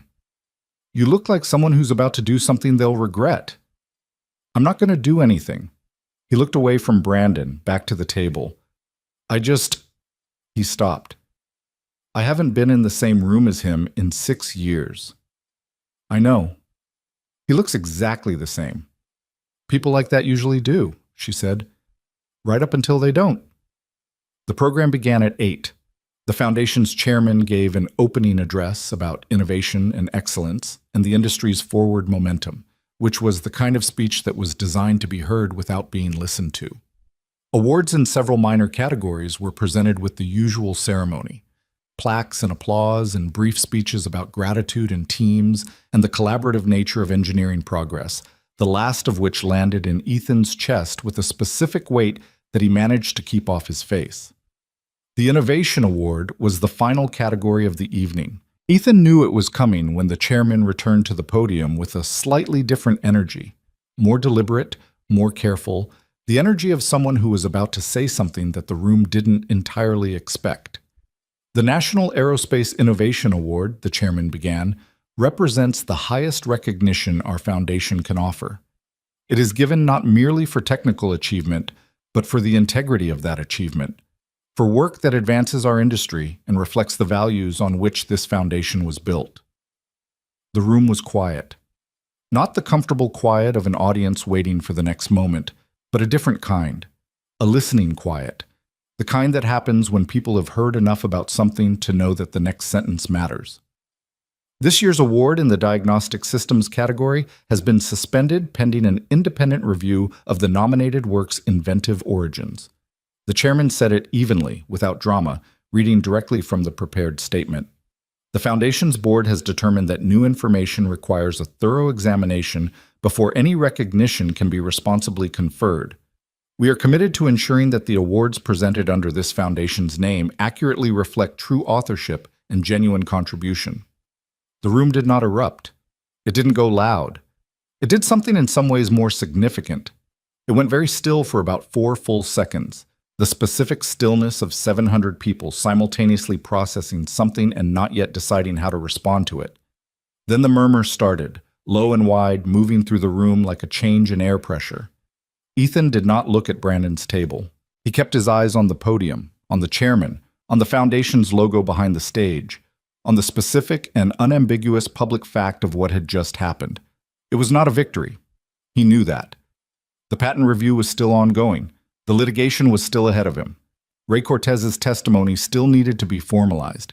The evidence still needed to work through the official processes, and all of that would take months, possibly years, and would cost more energy than he could fully account for right now. But something had happened in this room tonight that couldn't be undone. The award that had been built on his work had not been given. In front of every significant figure in the aerospace industry, in the most visible venue the field had, a line had been drawn. The question had been asked publicly. And questions asked publicly, Ethan had learned, had a momentum of their own. He felt Sophia's attention on him from across the table and looked over. She raised her water glass slightly. Not a toast, not a celebration, just an acknowledgement, something between recognition and respect. He nodded once. Across the room, Brandon Pierce had gone very still. Babbitt.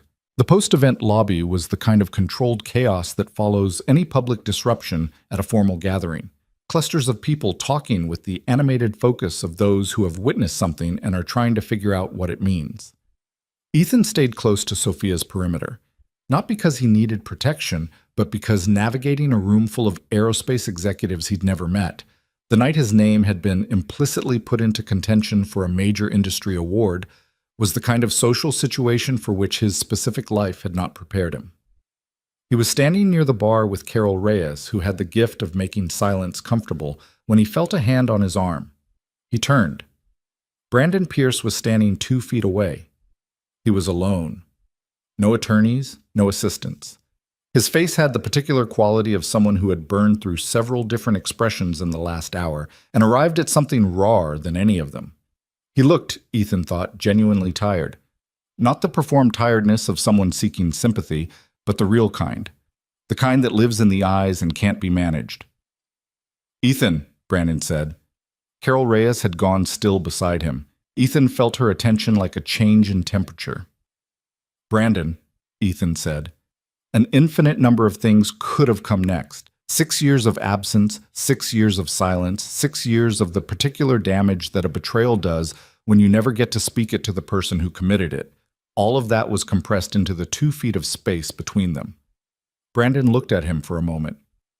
I've been watching for you since you came in. I know. I didn't think you'd come. Sophia invited me. Something moved across Brandon's face at that. Not quite pain, but adjacent to it. The recognition that the person who had exposed him had done so from a position of complete legitimacy, and that there was no conspiracy to point to, no bad faith actor to blame, just a woman who read a footnote and followed it to the truth. I want you to know, he started. Don't, Ethan said. Ethan, I need to. I said don't. He kept his voice low. This was not a conversation he wanted the room to have access to. Not here, not tonight. Brandon stopped. He looked at Ethan with an expression that was asking for something. Absolution, maybe, or at least a door. Some gesture that would make the next part of this manageable. Ethan couldn't give him that. He didn't have it to give. My attorney will handle everything that needs to be handled, Ethan said. If you want to make something right, talk to Diane Eng. That's what I have for you. Brandon held his gaze for another few seconds. Then he nodded, a slow single nod that looked like someone accepting a wait, and turned and walked away through the lobby, not back toward his table, but toward the exit. His attorneys caught up with him near the door, falling into step beside him, and they disappeared through the glass doors into the Manhattan night. Carol exhaled beside Ethan. That was handled well, she said quietly. I just didn't want to yell at him in a ballroom. That counts. He found Sophia 10 minutes later near the coat check, collecting her things. She looked at him and read something in his face. He talked to you. Briefly. What did he say? He wanted to say something. I told him to talk to Diane. She studied him for a moment. How do you feel? It was the second time she'd asked him that. Actually asked. The way people sometimes don't. The way he'd learned not to expect. He thought about the question honestly, standing in the lobby of the Meridian Grand in his custody mediation blazer, 12 miles from the hangar, 40 miles from Noah, on the night that the first real public accounting had begun. Like I didn't realize how heavy it was until just now, he said. Not all of it, but some of it. She nodded. She looked like she understood that specifically, like she had some version of that weight in her own history. Come on, she said. I'll get you a cab to Penn Station. They went out into the cold air together, into the noise of midtown Manhattan at 10 o'clock on a Thursday night. The streets wet from rain that had come and gone while they were inside. The lights of the city reflecting off everything in the particular way that made New York look, occasionally, like a place where things could actually be resolved. Ethan didn't say much on the walk to the street. Sophia didn't push. She was good at that, at knowing when silence was more useful than conversation, which was rarer than it should have been in people with her kind of energy. A cab pulled up and she opened the door. Diane's filing the full evidentiary package with the USPTO on Monday, she said. The Cortez documentation changes the timeline significantly. I think we might see a preliminary determination faster than the 60 to 90-day estimate. Okay? And the Foundation has confirmed that their independent panel will present its findings publicly. Whatever they determine, they're going to say it out loud. Okay, he said again. He got into the cab and looked back at her through the open door. She was standing on the curb in the cold, her coat collar up, looking back at him with the particular expression she sometimes had, the one he'd been learning to read, the one that sat somewhere between professional and something that hadn't been named yet. Sophia. Yes. Why aerospace? Why is this your industry? She blinked, not thrown by the question, just recalibrating to the shift. My father was a cargo pilot. I spent my childhood in small airports. A pause. Why do you fix planes instead of building them? I like the part where something was broken and then it isn't. He held her gaze. And I'm good at finding what everyone else missed. She looked at him for a beat. Yes, she said, you are. He pulled the door closed. The cab moved into traffic. He watched her through the rear window, standing on the curb, not moving, watching the cab until it turned the corner. He sat back and looked at the city streaming past the windows and felt, underneath everything else, something that had been missing for so long that he'd stopped cataloging its absence. Not happiness, exactly. Not relief. Not yet. Something quieter than those things. Something that had to do with the fact that he had put his name in a footnote, and someone had read it, and the machinery of truth, slow and imperfect and expensive as it was, had begun to turn. But 3 days later at 7 in the morning, Ethan's phone rang. He was in the kitchen, Noah already at the table eating cereal, the overhead light burning steady and clear. It was Diane. "I have something to tell you," she said, and her voice had something in it that he hadn't heard before. Not exactly excitement, because Diane Eng was not a person who did excitement, but a quality of contained energy, like someone holding something still while it wanted to move. "Tell me," he said. "Ray Cortez's documentation includes something we hadn't anticipated." The original internal company record, the one he copied, isn't just a co-inventor listing. It's a board memo from Aerosynth's first year of operation. Brandon Pierce wrote it to his co-founders. In it, he describes the technology's origin, including a pause, deliberate, including a direct reference to Ethan Walker as the primary developer of the detection methodology, and a discussion of why, quote, keeping the filing clean would be in the company's best interests. The kitchen was quiet. Noah was eating cereal, looking at his phone, not paying attention to his father's face. "He wrote it down," Ethan said, "in a company memo, to his own board." Diane paused. "He knew. He always knew.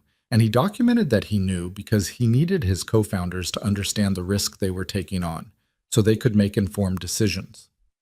Another pause. "People do strange things when they're building something. They want the people around them to know the full picture even when they can't afford to let anyone outside see it." Ethan sat down in a kitchen chair. Noah looked up at the movement, registered something in his father's face, and set his phone down. "Dad?" Ethan held up one finger, 1 minute, and said into the phone, "What does it mean for the case?" "It means that the inventorship correction isn't just supported by your notebooks and an expert report and a corroborating witness. It's supported by the inventor's own written acknowledgement that you were the primary developer." Diane's voice was even and deliberate. "It means that the miscommunication with the attorney explanation is gone. It means that the word fraud is now applicable in a way that it wasn't before." A pause. "It changes the shape of this significantly." "Does Brandon know?" "His attorneys received the supplemental filing 40 minutes ago." Ethan looked across the kitchen table at his son, who was watching him with that patient, serious attention, the dark eyes that saw everything. "Okay," Ethan said. "Thank you, Diane." He hung up. Noah was still watching him. What happened? Ethan set the phone on the table and looked at his kid for a moment.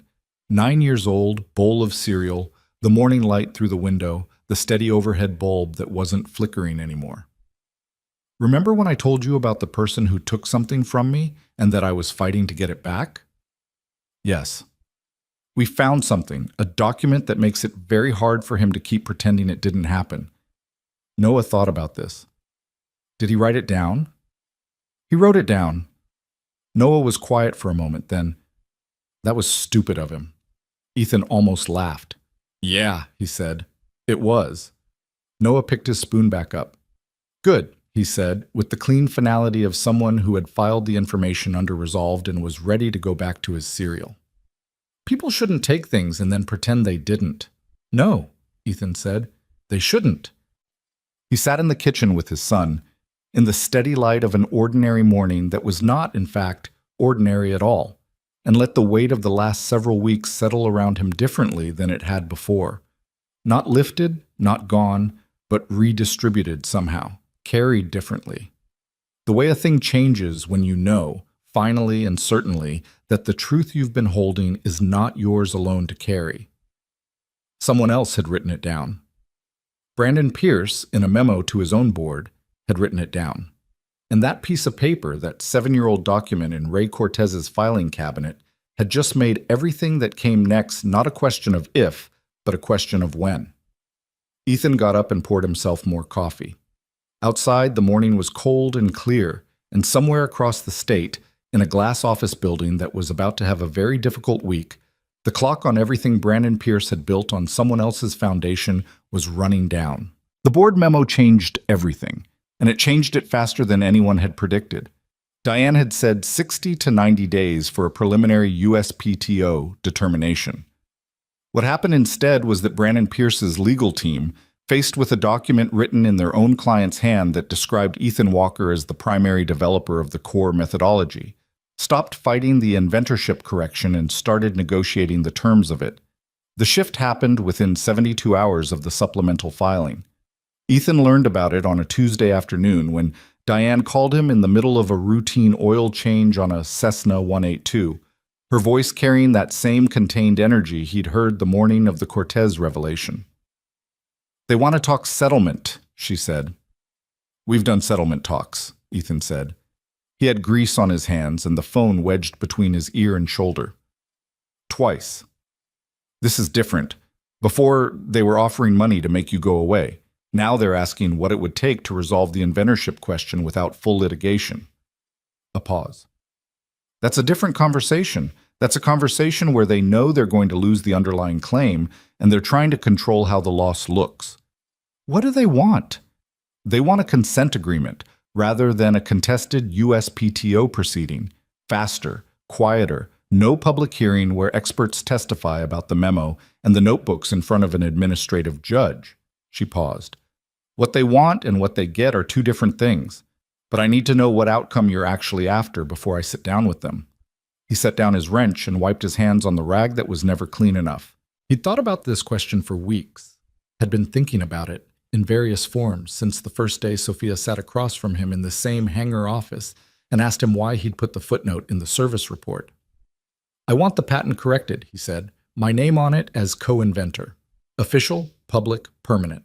Not an amendment buried in the USPTO database. I want it done in a way that the foundation, the industry, the licensing partners all have to acknowledge. That's achievable. I want the licensing agreements restructured. The royalties that have been paid on work I co-created, I don't need all of it. I'm not trying to bankrupt the company. But there needs to be a retroactive acknowledgement and a going-forward arrangement that reflects actual ownership. Also achievable. What else?" He hesitated. "I want Brandon to make a public statement. Not a legal document, not a press release drafted by attorneys. A statement in his own words that accurately describes what happened." Diane was quiet for a moment. "That one's harder. His attorneys will resist it because it exposes him to further liability. Anything he admits publicly can be used against him in civil proceedings." "I know. I'm not asking for a confession to a crime. I'm asking for an honest account of how the patent came to be filed the way it was." He paused. "People in this industry have been told a story for 7 years. I want them to hear a different one from the person who told it." "Ethan, if you won't do that," Ethan said, "then we go to the full proceeding, and the memo goes in front of the administrative judge, and the notebooks go in, and Ray Cortez testifies under oath, and we let the process run its course." He picked his wrench back up. "I'm not in a hurry. I've been waiting 7 years. I can wait a little longer." Diane was quiet for 3 full seconds, which for Diane was a long time. "All right," she said. "I'll take that to them." Mug. The negotiation took 4 weeks. They were not 4 easy weeks. Brandon's attorneys pushed back on every element, tested every boundary, offered alternatives that were technically compliant with the letter of what Ethan had asked for while gutting the spirit of it. Public statements with language so lawyered it said nothing, royalty arrangements with formulas that looked fair on paper and weren't, patent corrections timed and phrased to minimize press coverage. Each time Diane came back to Ethan with the counteroffer, and each time Ethan said some version of "no, that's not what I asked for," and each time Diane went back. It was exhausting. It was also, in a way that Ethan hadn't quite anticipated, clarifying. Every refusal told him something about what he actually needed from this, separated the things that mattered from the things that were just noise. He wasn't trying to destroy Brandon Pierce. He didn't want Aerosynth to collapse. There were 40 employees at that company who had nothing to do with what their founder had done in 2018, and they didn't deserve to lose their jobs over it. He didn't want money in quantities that would complicate his life. He wanted his name in the right place. He wanted the record to say the true thing. He wanted his son to be able to look it up. That was the whole of it. And when he held that clearly, the negotiations were less painful than they might have been, because he always knew exactly which line he was standing on. Sophia called every few days. sometimes with updates from her own legal team, who were negotiating the licensing restructure in parallel. Sometimes just to check in, which she did in her particular way. Direct, brief, without a lot of scaffolding. She would ask how things were going, he would tell her accurately, she would give him whatever information was relevant from her end, and then sometimes the conversation would go somewhere else. They talked about her company's expansion into sustainable aviation fuel infrastructure. They talked about Noah's school project on the Wright brothers, which Noah had approached with the focused intensity of someone who had recently developed a personal relationship with the idea that inventors deserved credit. They talked about a carburetor problem on a 1974 Piper Cherokee that Ethan was finding genuinely interesting in the specific way that old aircraft problems were interesting. The engineering of a different era, solving different constraints with different assumptions. He noticed at some point that he was looking forward to those calls, not just the informational ones, the other ones. He wasn't sure what to do with that noticing yet, so he mostly just let it sit there and focused on the work in front of him. The agreement was reached on a Thursday morning, 6 weeks after the supplemental filing, 22 days after the gala. Diane called him at 8 in the morning while he was driving Noah to school. "They signed," she said. He pulled over to the side of the road. Noah looked up from the book he was reading. "What?" Noah said. "1 second," Ethan told him. Into the phone. "All of it?" "All of it." Diane's voice had something in it that he'd never quite heard from her before. A warmth underneath the professionalism. The sound of someone who had worked for something and watched it come through. "The patent correction is being filed today as a consent agreement. Your name goes on as co-inventor. The USPTO will publish the correction in the official record within 30 days. The Foundation has been notified and will update their documentation accordingly." The statement? Brandon is making a public statement tomorrow. His attorneys negotiated the language, but the substance is there. He acknowledges that the detection methodology was co-developed, that the patent filing omitted your name due to decisions he made, and that the omission was wrong. A pause. It's not everything you might have wanted to hear from him, but it's said in public under his name, and it can't be walked back. Ethan sat in his truck on the side of the road with the engine running and Noah watching him from the passenger seat with that serious, patient attention. "The royalty arrangement?" he asked. "Restructured. Retroactive acknowledgement in the form of a lump settlement. I won't say the number on the phone, we'll talk about it later, but it's fair. Going forward, you'll receive a co-inventor share of licensing revenues from all active agreements, including Bennett Aerospace Holdings." A pause. Sophia's team was very firm on that last part. "I bet they were," he said. "Ethan." Diane's voice settled into something quieter. "It's done. Not perfect. These things never are. But done." He looked out the windshield at the ordinary street, the ordinary morning, the school 3 blocks away where his son would spend another day being 9 and learning things and eating lunch with his friends, and not yet knowing that his father's name had just been put back in the place where it belonged. "Thank you," he said, "for everything." "Thank your footnote," Diane said. "I just followed the paper." He hung up and sat there for a moment. Noah closed his book. "Dad." "Yeah. Was that it? Is it done?" "It's done." Noah looked at him carefully, the way he always did when he was deciding whether the adult version of a thing matched the reality of it. "Are you happy?" Ethan thought about that. Happy was a word that didn't quite fit the shape of the feeling. It was too simple, too clean, too single-noted for something that had this much history in it. What he felt was more complicated than happy. It was the feeling of a man who had been carrying a stone in his chest for 7 years and had just set it down and was now noticing how much his body had adapted to the weight, how strange it felt to stand without it, how it would take some time to learn to move differently. "Yeah," he said. "I think so, yeah." Noah nodded once, decisively, like a matter had been voted on, and the motion had passed. He picked his book back up. "Good. Now can we go? I don't want to be late." Ethan laughed, a real one, sudden and unguarded, and pulled back onto the road. Okay. Brandon Pierce's public statement went out on a Friday morning. It was posted on the Aerosynth website, sent to industry publications, and distributed by his attorneys to the Foundation and to the USPTO. It was 3 paragraphs long. The first paragraph described the development of the aeroscan technology in language that, for the first time, used both names. The core detection methodology was developed collaboratively by Brandon Pierce and Ethan Walker during their graduate research at the University of Michigan. The foundational work was substantially Ethan Walker's. That sentence, substantially Ethan Walker's, had been the last thing Brandon's attorneys had fought to remove from the statement, and the last thing Diane had refused to let go. It was 5 words.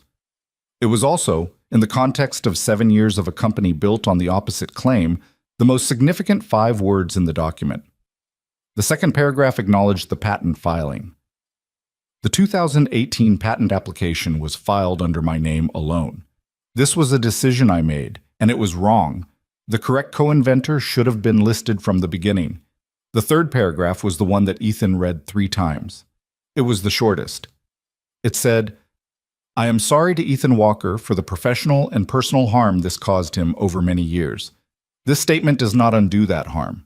It is the most I am able to offer, and it is insufficient. I offer it anyway."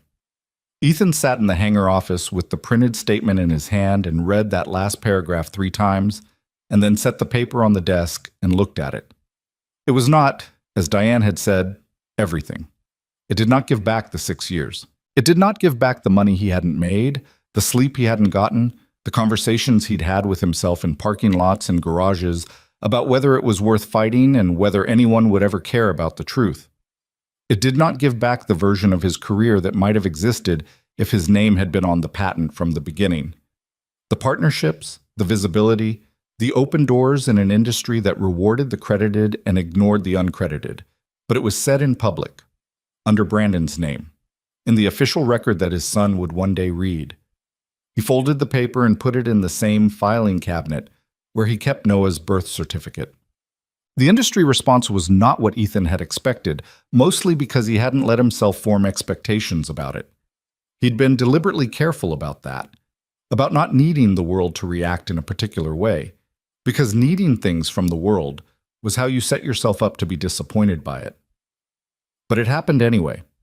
Dr. Sandra Okafor, the Caltech expert who had written the 43-page technical analysis, published an editorial in Aviation Systems Quarterly that walked through the development of the aeroscan methodology and identified clearly and publicly the specific contributions that were documented in Ethan's notebooks. She was precise and technical and completely without editorializing, which somehow made it more devastating to Brandon's legacy and more significant to Ethan's than any more emotional account would have been. 3 aerospace engineering publications contacted Ethan for interviews. He gave one of them, a technical interview, not a personal one, focused on the methodology itself and the engineering problems it solved. He talked about the rolling vibration threshold analysis, the way he always talked about work he found genuinely interesting, which was to say with more animation than he usually showed about most things. The interviewer, a woman who had been covering the industry for 20 years, told him afterward that she hadn't expected him to be so passionate about the technical side of it. And he'd said, slightly confused, "What else would I be passionate about?" which she seemed to find both funny and illuminating. The Foundation announced that the Innovation Award for Diagnostic Systems would be reconsidered in the following year's cycle, with Ethan Walker listed as eligible nominee. He received this information from Sophia, who called to tell him in a tone that suggested she expected him to be pleased and was braced for him to be characteristically understated about it. "They're going to consider you for the award," she said. "Okay," he said. "Ethan." "What?" "That's a significant thing." "I know." He was in the hangar. He was always in the hangar when she called. He'd started to notice that. "I appreciate it. I do. I just—" He paused. "The award isn't the thing. The award was never the thing." "What's the thing?" He thought about how to say it. "Noah's going to study engineering someday. I'm pretty sure of it. And when he does, he's going to come across the aeroscan system in a textbook or a course or a technical manual, and it's going to have my name on it as co-inventor. And he'll know, not because I told him, but because the record says so, that his father built something real." He paused. "That's the thing." The silence on Sophia's end was not the silence of someone with nothing to say. It was the silence of someone who had just heard something that had landed precisely and was letting it. "Come to New York this weekend," she said. He blinked. "What?" "I'm not asking you to a business meeting. I'm asking you to come to New York this weekend." "Saturday.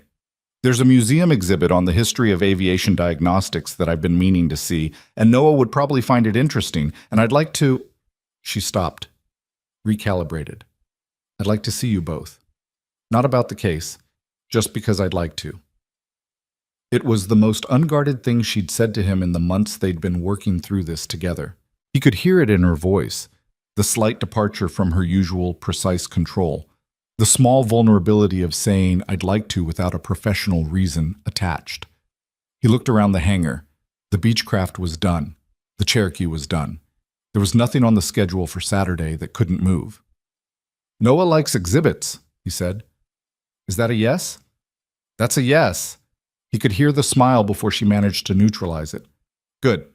I'll send you the details." Well, they went on a Saturday in November, when the city had gone cold and bright, and the trees in Central Park were stripped down to their bones, and the light had that particular quality of late autumn in New York. Low and direct, making everything cast a longer shadow than usual. The exhibit was at the Intrepid, which Noah thought was the best possible venue for any exhibit about anything because it was on an aircraft carrier, which immediately elevated it to the highest tier of places he had ever been. He walked through the entrance with his hands in his pockets and his head going in 3 directions at once, trying to look at the carrier's deck and the exhibit entrance and the Hudson River all simultaneously. Sophia met them outside. She was in a heavy coat and flat boots, hair down, looking different from either version of herself that Ethan had known. Not the tarmac CEO, not the hotel room investigator, just a person on a Saturday morning in November. She looked, he thought, more comfortable than he'd seen her, like she'd set something down too. She shook Noah's hand with the same directness she brought to everything, and Noah, to Ethan's mild amazement, shook it back with equal seriousness. "You're the Gulf Stream lady," Noah said. "I am," Sophia said. "You're the son who told your father to charge more." Noah looked at his father. "You told her that?" "She told me," Ethan said. "It was good advice," Sophia said. "I stand by it." Noah appeared to decide that this woman was acceptable. He turned back toward the exhibit entrance. "Can we go in?" They went in. The exhibit was comprehensive. The full arc of aviation diagnostic technology, from the earliest mechanical fault detection systems to modern computerized monitoring, the problems engineers had been solving across a century of making machines that flew and needed to be kept flying. Ethan moved through it the way he moved through anything related to engineering, unhurried, reading everything, occasionally stopping to look at something for longer than necessary because he found it genuinely interesting. Sophia kept pace with him. Noah ran slightly ahead and then came back to report on things he'd found. They were in a section near the end of the exhibit, Modern Avionics Diagnostics, the Contemporary Systems, when Noah stopped in front of a display panel and called back without particular drama, "Dad, come look at this." Ethan walked over. The panel was describing Aeroscan, the history of the system, its development, its applications across commercial and private aviation. It was a general audience description, not highly technical, the kind of language a museum used to make engineering accessible. And at the bottom of the panel, in the source citations, there was a reference to the corrected patent filing, with both names. Adaptive Ground Fault Detection System for Multi-Bus Avionics Architecture. Co-inventors: Brandon Pierce, Ethan Walker. Noah was looking at it with a particular expression, not excitement, not surprise. Something more settled than those things. The expression of someone seeing a thing they already knew to be true, confirmed in a place where strangers could read it. "There it is," Noah said. "There it is," Ethan agreed. They stood there together for a moment, the 3 of them, in the particular quiet of an exhibit space where the sound of other visitors moved around them like water around stones.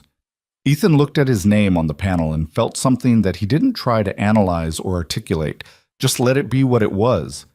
The specific and irreducible feeling of a man who had spent 7 years being invisible to the official record and was, in this moment, no longer.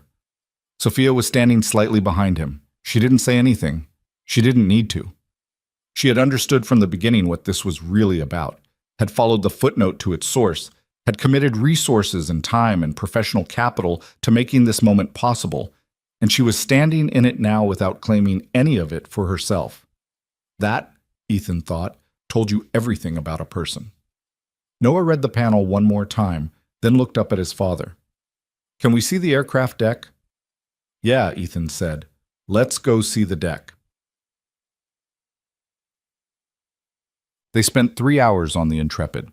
Noah asked 11 questions that the exhibit staff couldn't answer, and 2 that Ethan could, which was the ratio Noah typically achieved in any educational environment. He bought a patch from the gift shop, an embroidered carrier badge, and wore it stuck to his jacket sleeve the entire train ride home, which Ethan suspected he would also wear to school on Monday, school dress code being a rule that Noah observed with the selective compliance of a child who had decided that patches were not technically in violation. On the platform at Penn Station, waiting for the train back to New Jersey, Sophia stood with them because she was heading uptown and hadn't left yet, and the natural endpoint of the goodbye kept extending, the way goodbyes do when no one is quite ready for them. "He's a good kid," she said, watching Noah, who had wandered to the edge of the platform to look at the train schedule board with apparent deep interest. "He's better than I deserve," Ethan said. "Don't do that." "Do what?" "Undersell yourself on the thing you're most responsible for." She looked at him with the particular directness she used when she meant something. "He's good because of how you raised him. That's not modesty. It's just wrong math." He looked at her. "You're very comfortable correcting my math." "Someone has to be." A pause. The platform noise moved around them. Announcements, arrivals, the percussion of a busy Saturday at Penn Station. "Ethan." "Yeah." "I'd like to when this is formally—" She stopped. Started again. He noticed that she rarely started things over. She was usually too precise for it. "I'm not good at this particular kind of conversation." "Neither am I," he said, which was true and also somehow made it easier. She looked at the middle distance for a moment, then back at him. "I'd like to not disappear from your life when the legal process wraps up. I'd like to stay in it, in whatever way makes sense." A pause. "I don't know exactly what that looks like." "Neither do I," he said again. "That doesn't bother you?" He thought about that honestly. 6 months ago, it might have. He'd spent years building his life around knowable quantities, manageable variables, things he could predict and plan for.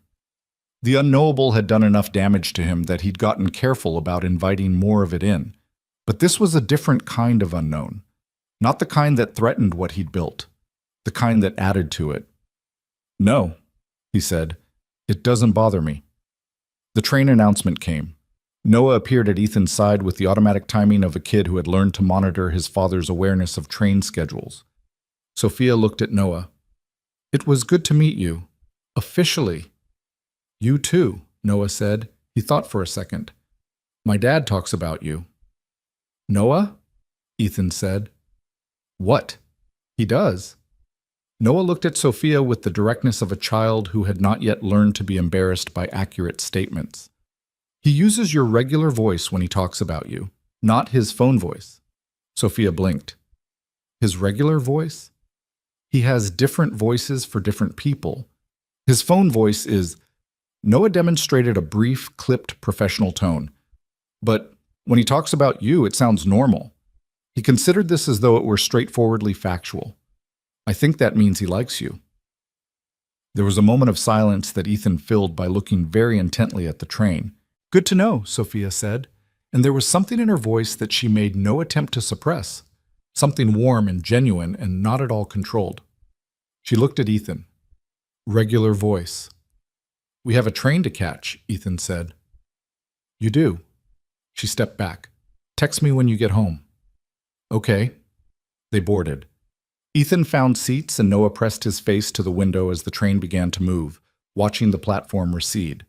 And Sophia on it, one hand raised, watching them go. "Dad," Noah said. "Yeah." "You should call her." "I literally just agreed to text her when we get home." "That's not what I mean." Noah peeled away from the window and looked at his father with an expression of infinite 9-year-old patience. "I mean, call her. like an actual call, to just talk, not about the patent stuff. Ethan looked at his son. When did you get so confident about other people's lives? I pay attention, Noah said, and put his earbuds in and turned back to the window. The train moved through the tunnel under the river and came out into the gray November afternoon on the New Jersey side, the skyline of Manhattan receding behind them, the familiar flat landscape of exit ramps and industrial buildings, and the particular geography of a life that was modest and real and honestly earned. Ethan leaned back in his seat and looked at the ceiling of the train car and thought about the 7 years and about what they'd cost him and about what they'd built in him despite themselves. The patience, the precision, the specific knowledge of how to find the thing everyone else had missed, the ability to sit with a problem until it told you the truth. Those things hadn't come from the easy years. They'd come from the hard ones. He didn't feel grateful for the theft. He wasn't built for that particular kind of acceptance. But he could look at what he'd become in the wreckage of it and find something worth keeping. His name was on the patent now. His name was on that museum panel, and on the USPTO record, and on the corrected licensing agreements, and on Dr. Okafor's published analysis, and on the Foundation's updated documentation. His name was in every place it should have been 7 years ago, restored by evidence and time, and the stubborn insistence of a footnote that someone had actually bothered to read. And his son was sitting next to him with his face turned to the window, wearing a patch on his jacket sleeve, going home. That night, after Noah was in bed, Ethan sat at the kitchen table in the steady light of the overhead bulb, fixed, no longer flickering, a small thing that had somehow started to represent something larger to him. And he thought about what Diane had said on the morning the memo was discovered. Thank your footnote. I just followed the paper. He'd put his name in a footnote because it was the only place he had left to put it, because he'd been trained to document and attribute and acknowledge, and he'd kept doing it even when the system that was supposed to reward that had failed him completely. He'd kept doing it in an empty hangar in New Jersey, in service reports that nobody was going to read, charging fair prices to people who expected to be overcharged, doing the work honestly because the work was the work, regardless of whether anyone was watching. He hadn't done it as a strategy. He hadn't done it because he expected it to lead anywhere. He'd done it because it was what you did when you were the kind of person he was. And the kind of person he was, it turned out, was worth being. Not because it had been rewarded, but because it had been right. That was the thing about integrity that nobody advertised, because it was a genuinely hard sell. It didn't protect you. It didn't prevent the theft or stop the friend from signing the paperwork wrong, or keep the years from passing while you worked in a hangar that nobody famous had ever heard of. Integrity didn't do any of those things. What it did was leave a trail of notebooks and time-stamped emails and accurate service reports and footnotes in the right places, the accumulated evidence of a person who had behaved honestly even when the world gave him no particular reason to. And sometimes, not always, not reliably, not with any guarantee, someone followed the trail. He picked up his phone and scrolled to Sophia's name. It was late. She was probably working. She always seemed to be working. The specific occupational hazard of a person who had built something from nothing and hadn't quite figured out how to stop running yet. He knew that about her now. He also knew she kept coffee in her hotel rooms at 10 p.m. and read service reports at night and asked uncomfortable questions because the answers mattered to her, and that she drove herself to meetings rather than sending drivers when she wanted to actually think about what she was walking into. He knew she kept her word. He knew she was better at sitting in silence than most people he'd met. He knew she'd stood on a curb in Midtown Manhattan and watched his cab until it turned the corner. He sent her a text. Home safe. Noah wore the patch on the train. Her reply came back in under a minute. Of course he did. Good night, Ethan. He set the phone on the table and looked at the kitchen. The steady light, the scratch table, the refrigerator with Noah's latest drawing on it, the window over the sink showing nothing but his own reflection in the dark outside. It was not a dramatic life. It had never been. It was a life built at close range, in real materials, by a man who had been knocked sideways by something terrible and had gotten back up and built anyway. It had gaps in it and rough edges, and the particular wear marks of years lived without much margin. It was not the life he'd imagined at 23, standing in front of a whiteboard full of equations, sure the future was a certainty. It was better, actually, in the ways that mattered. His name was on the patent. His son was asleep down the hall. And somewhere in Manhattan, a woman who had read a footnote was going to get a call from him tomorrow. Not his phone voice. His regular one. He turned off the kitchen light and went to bed.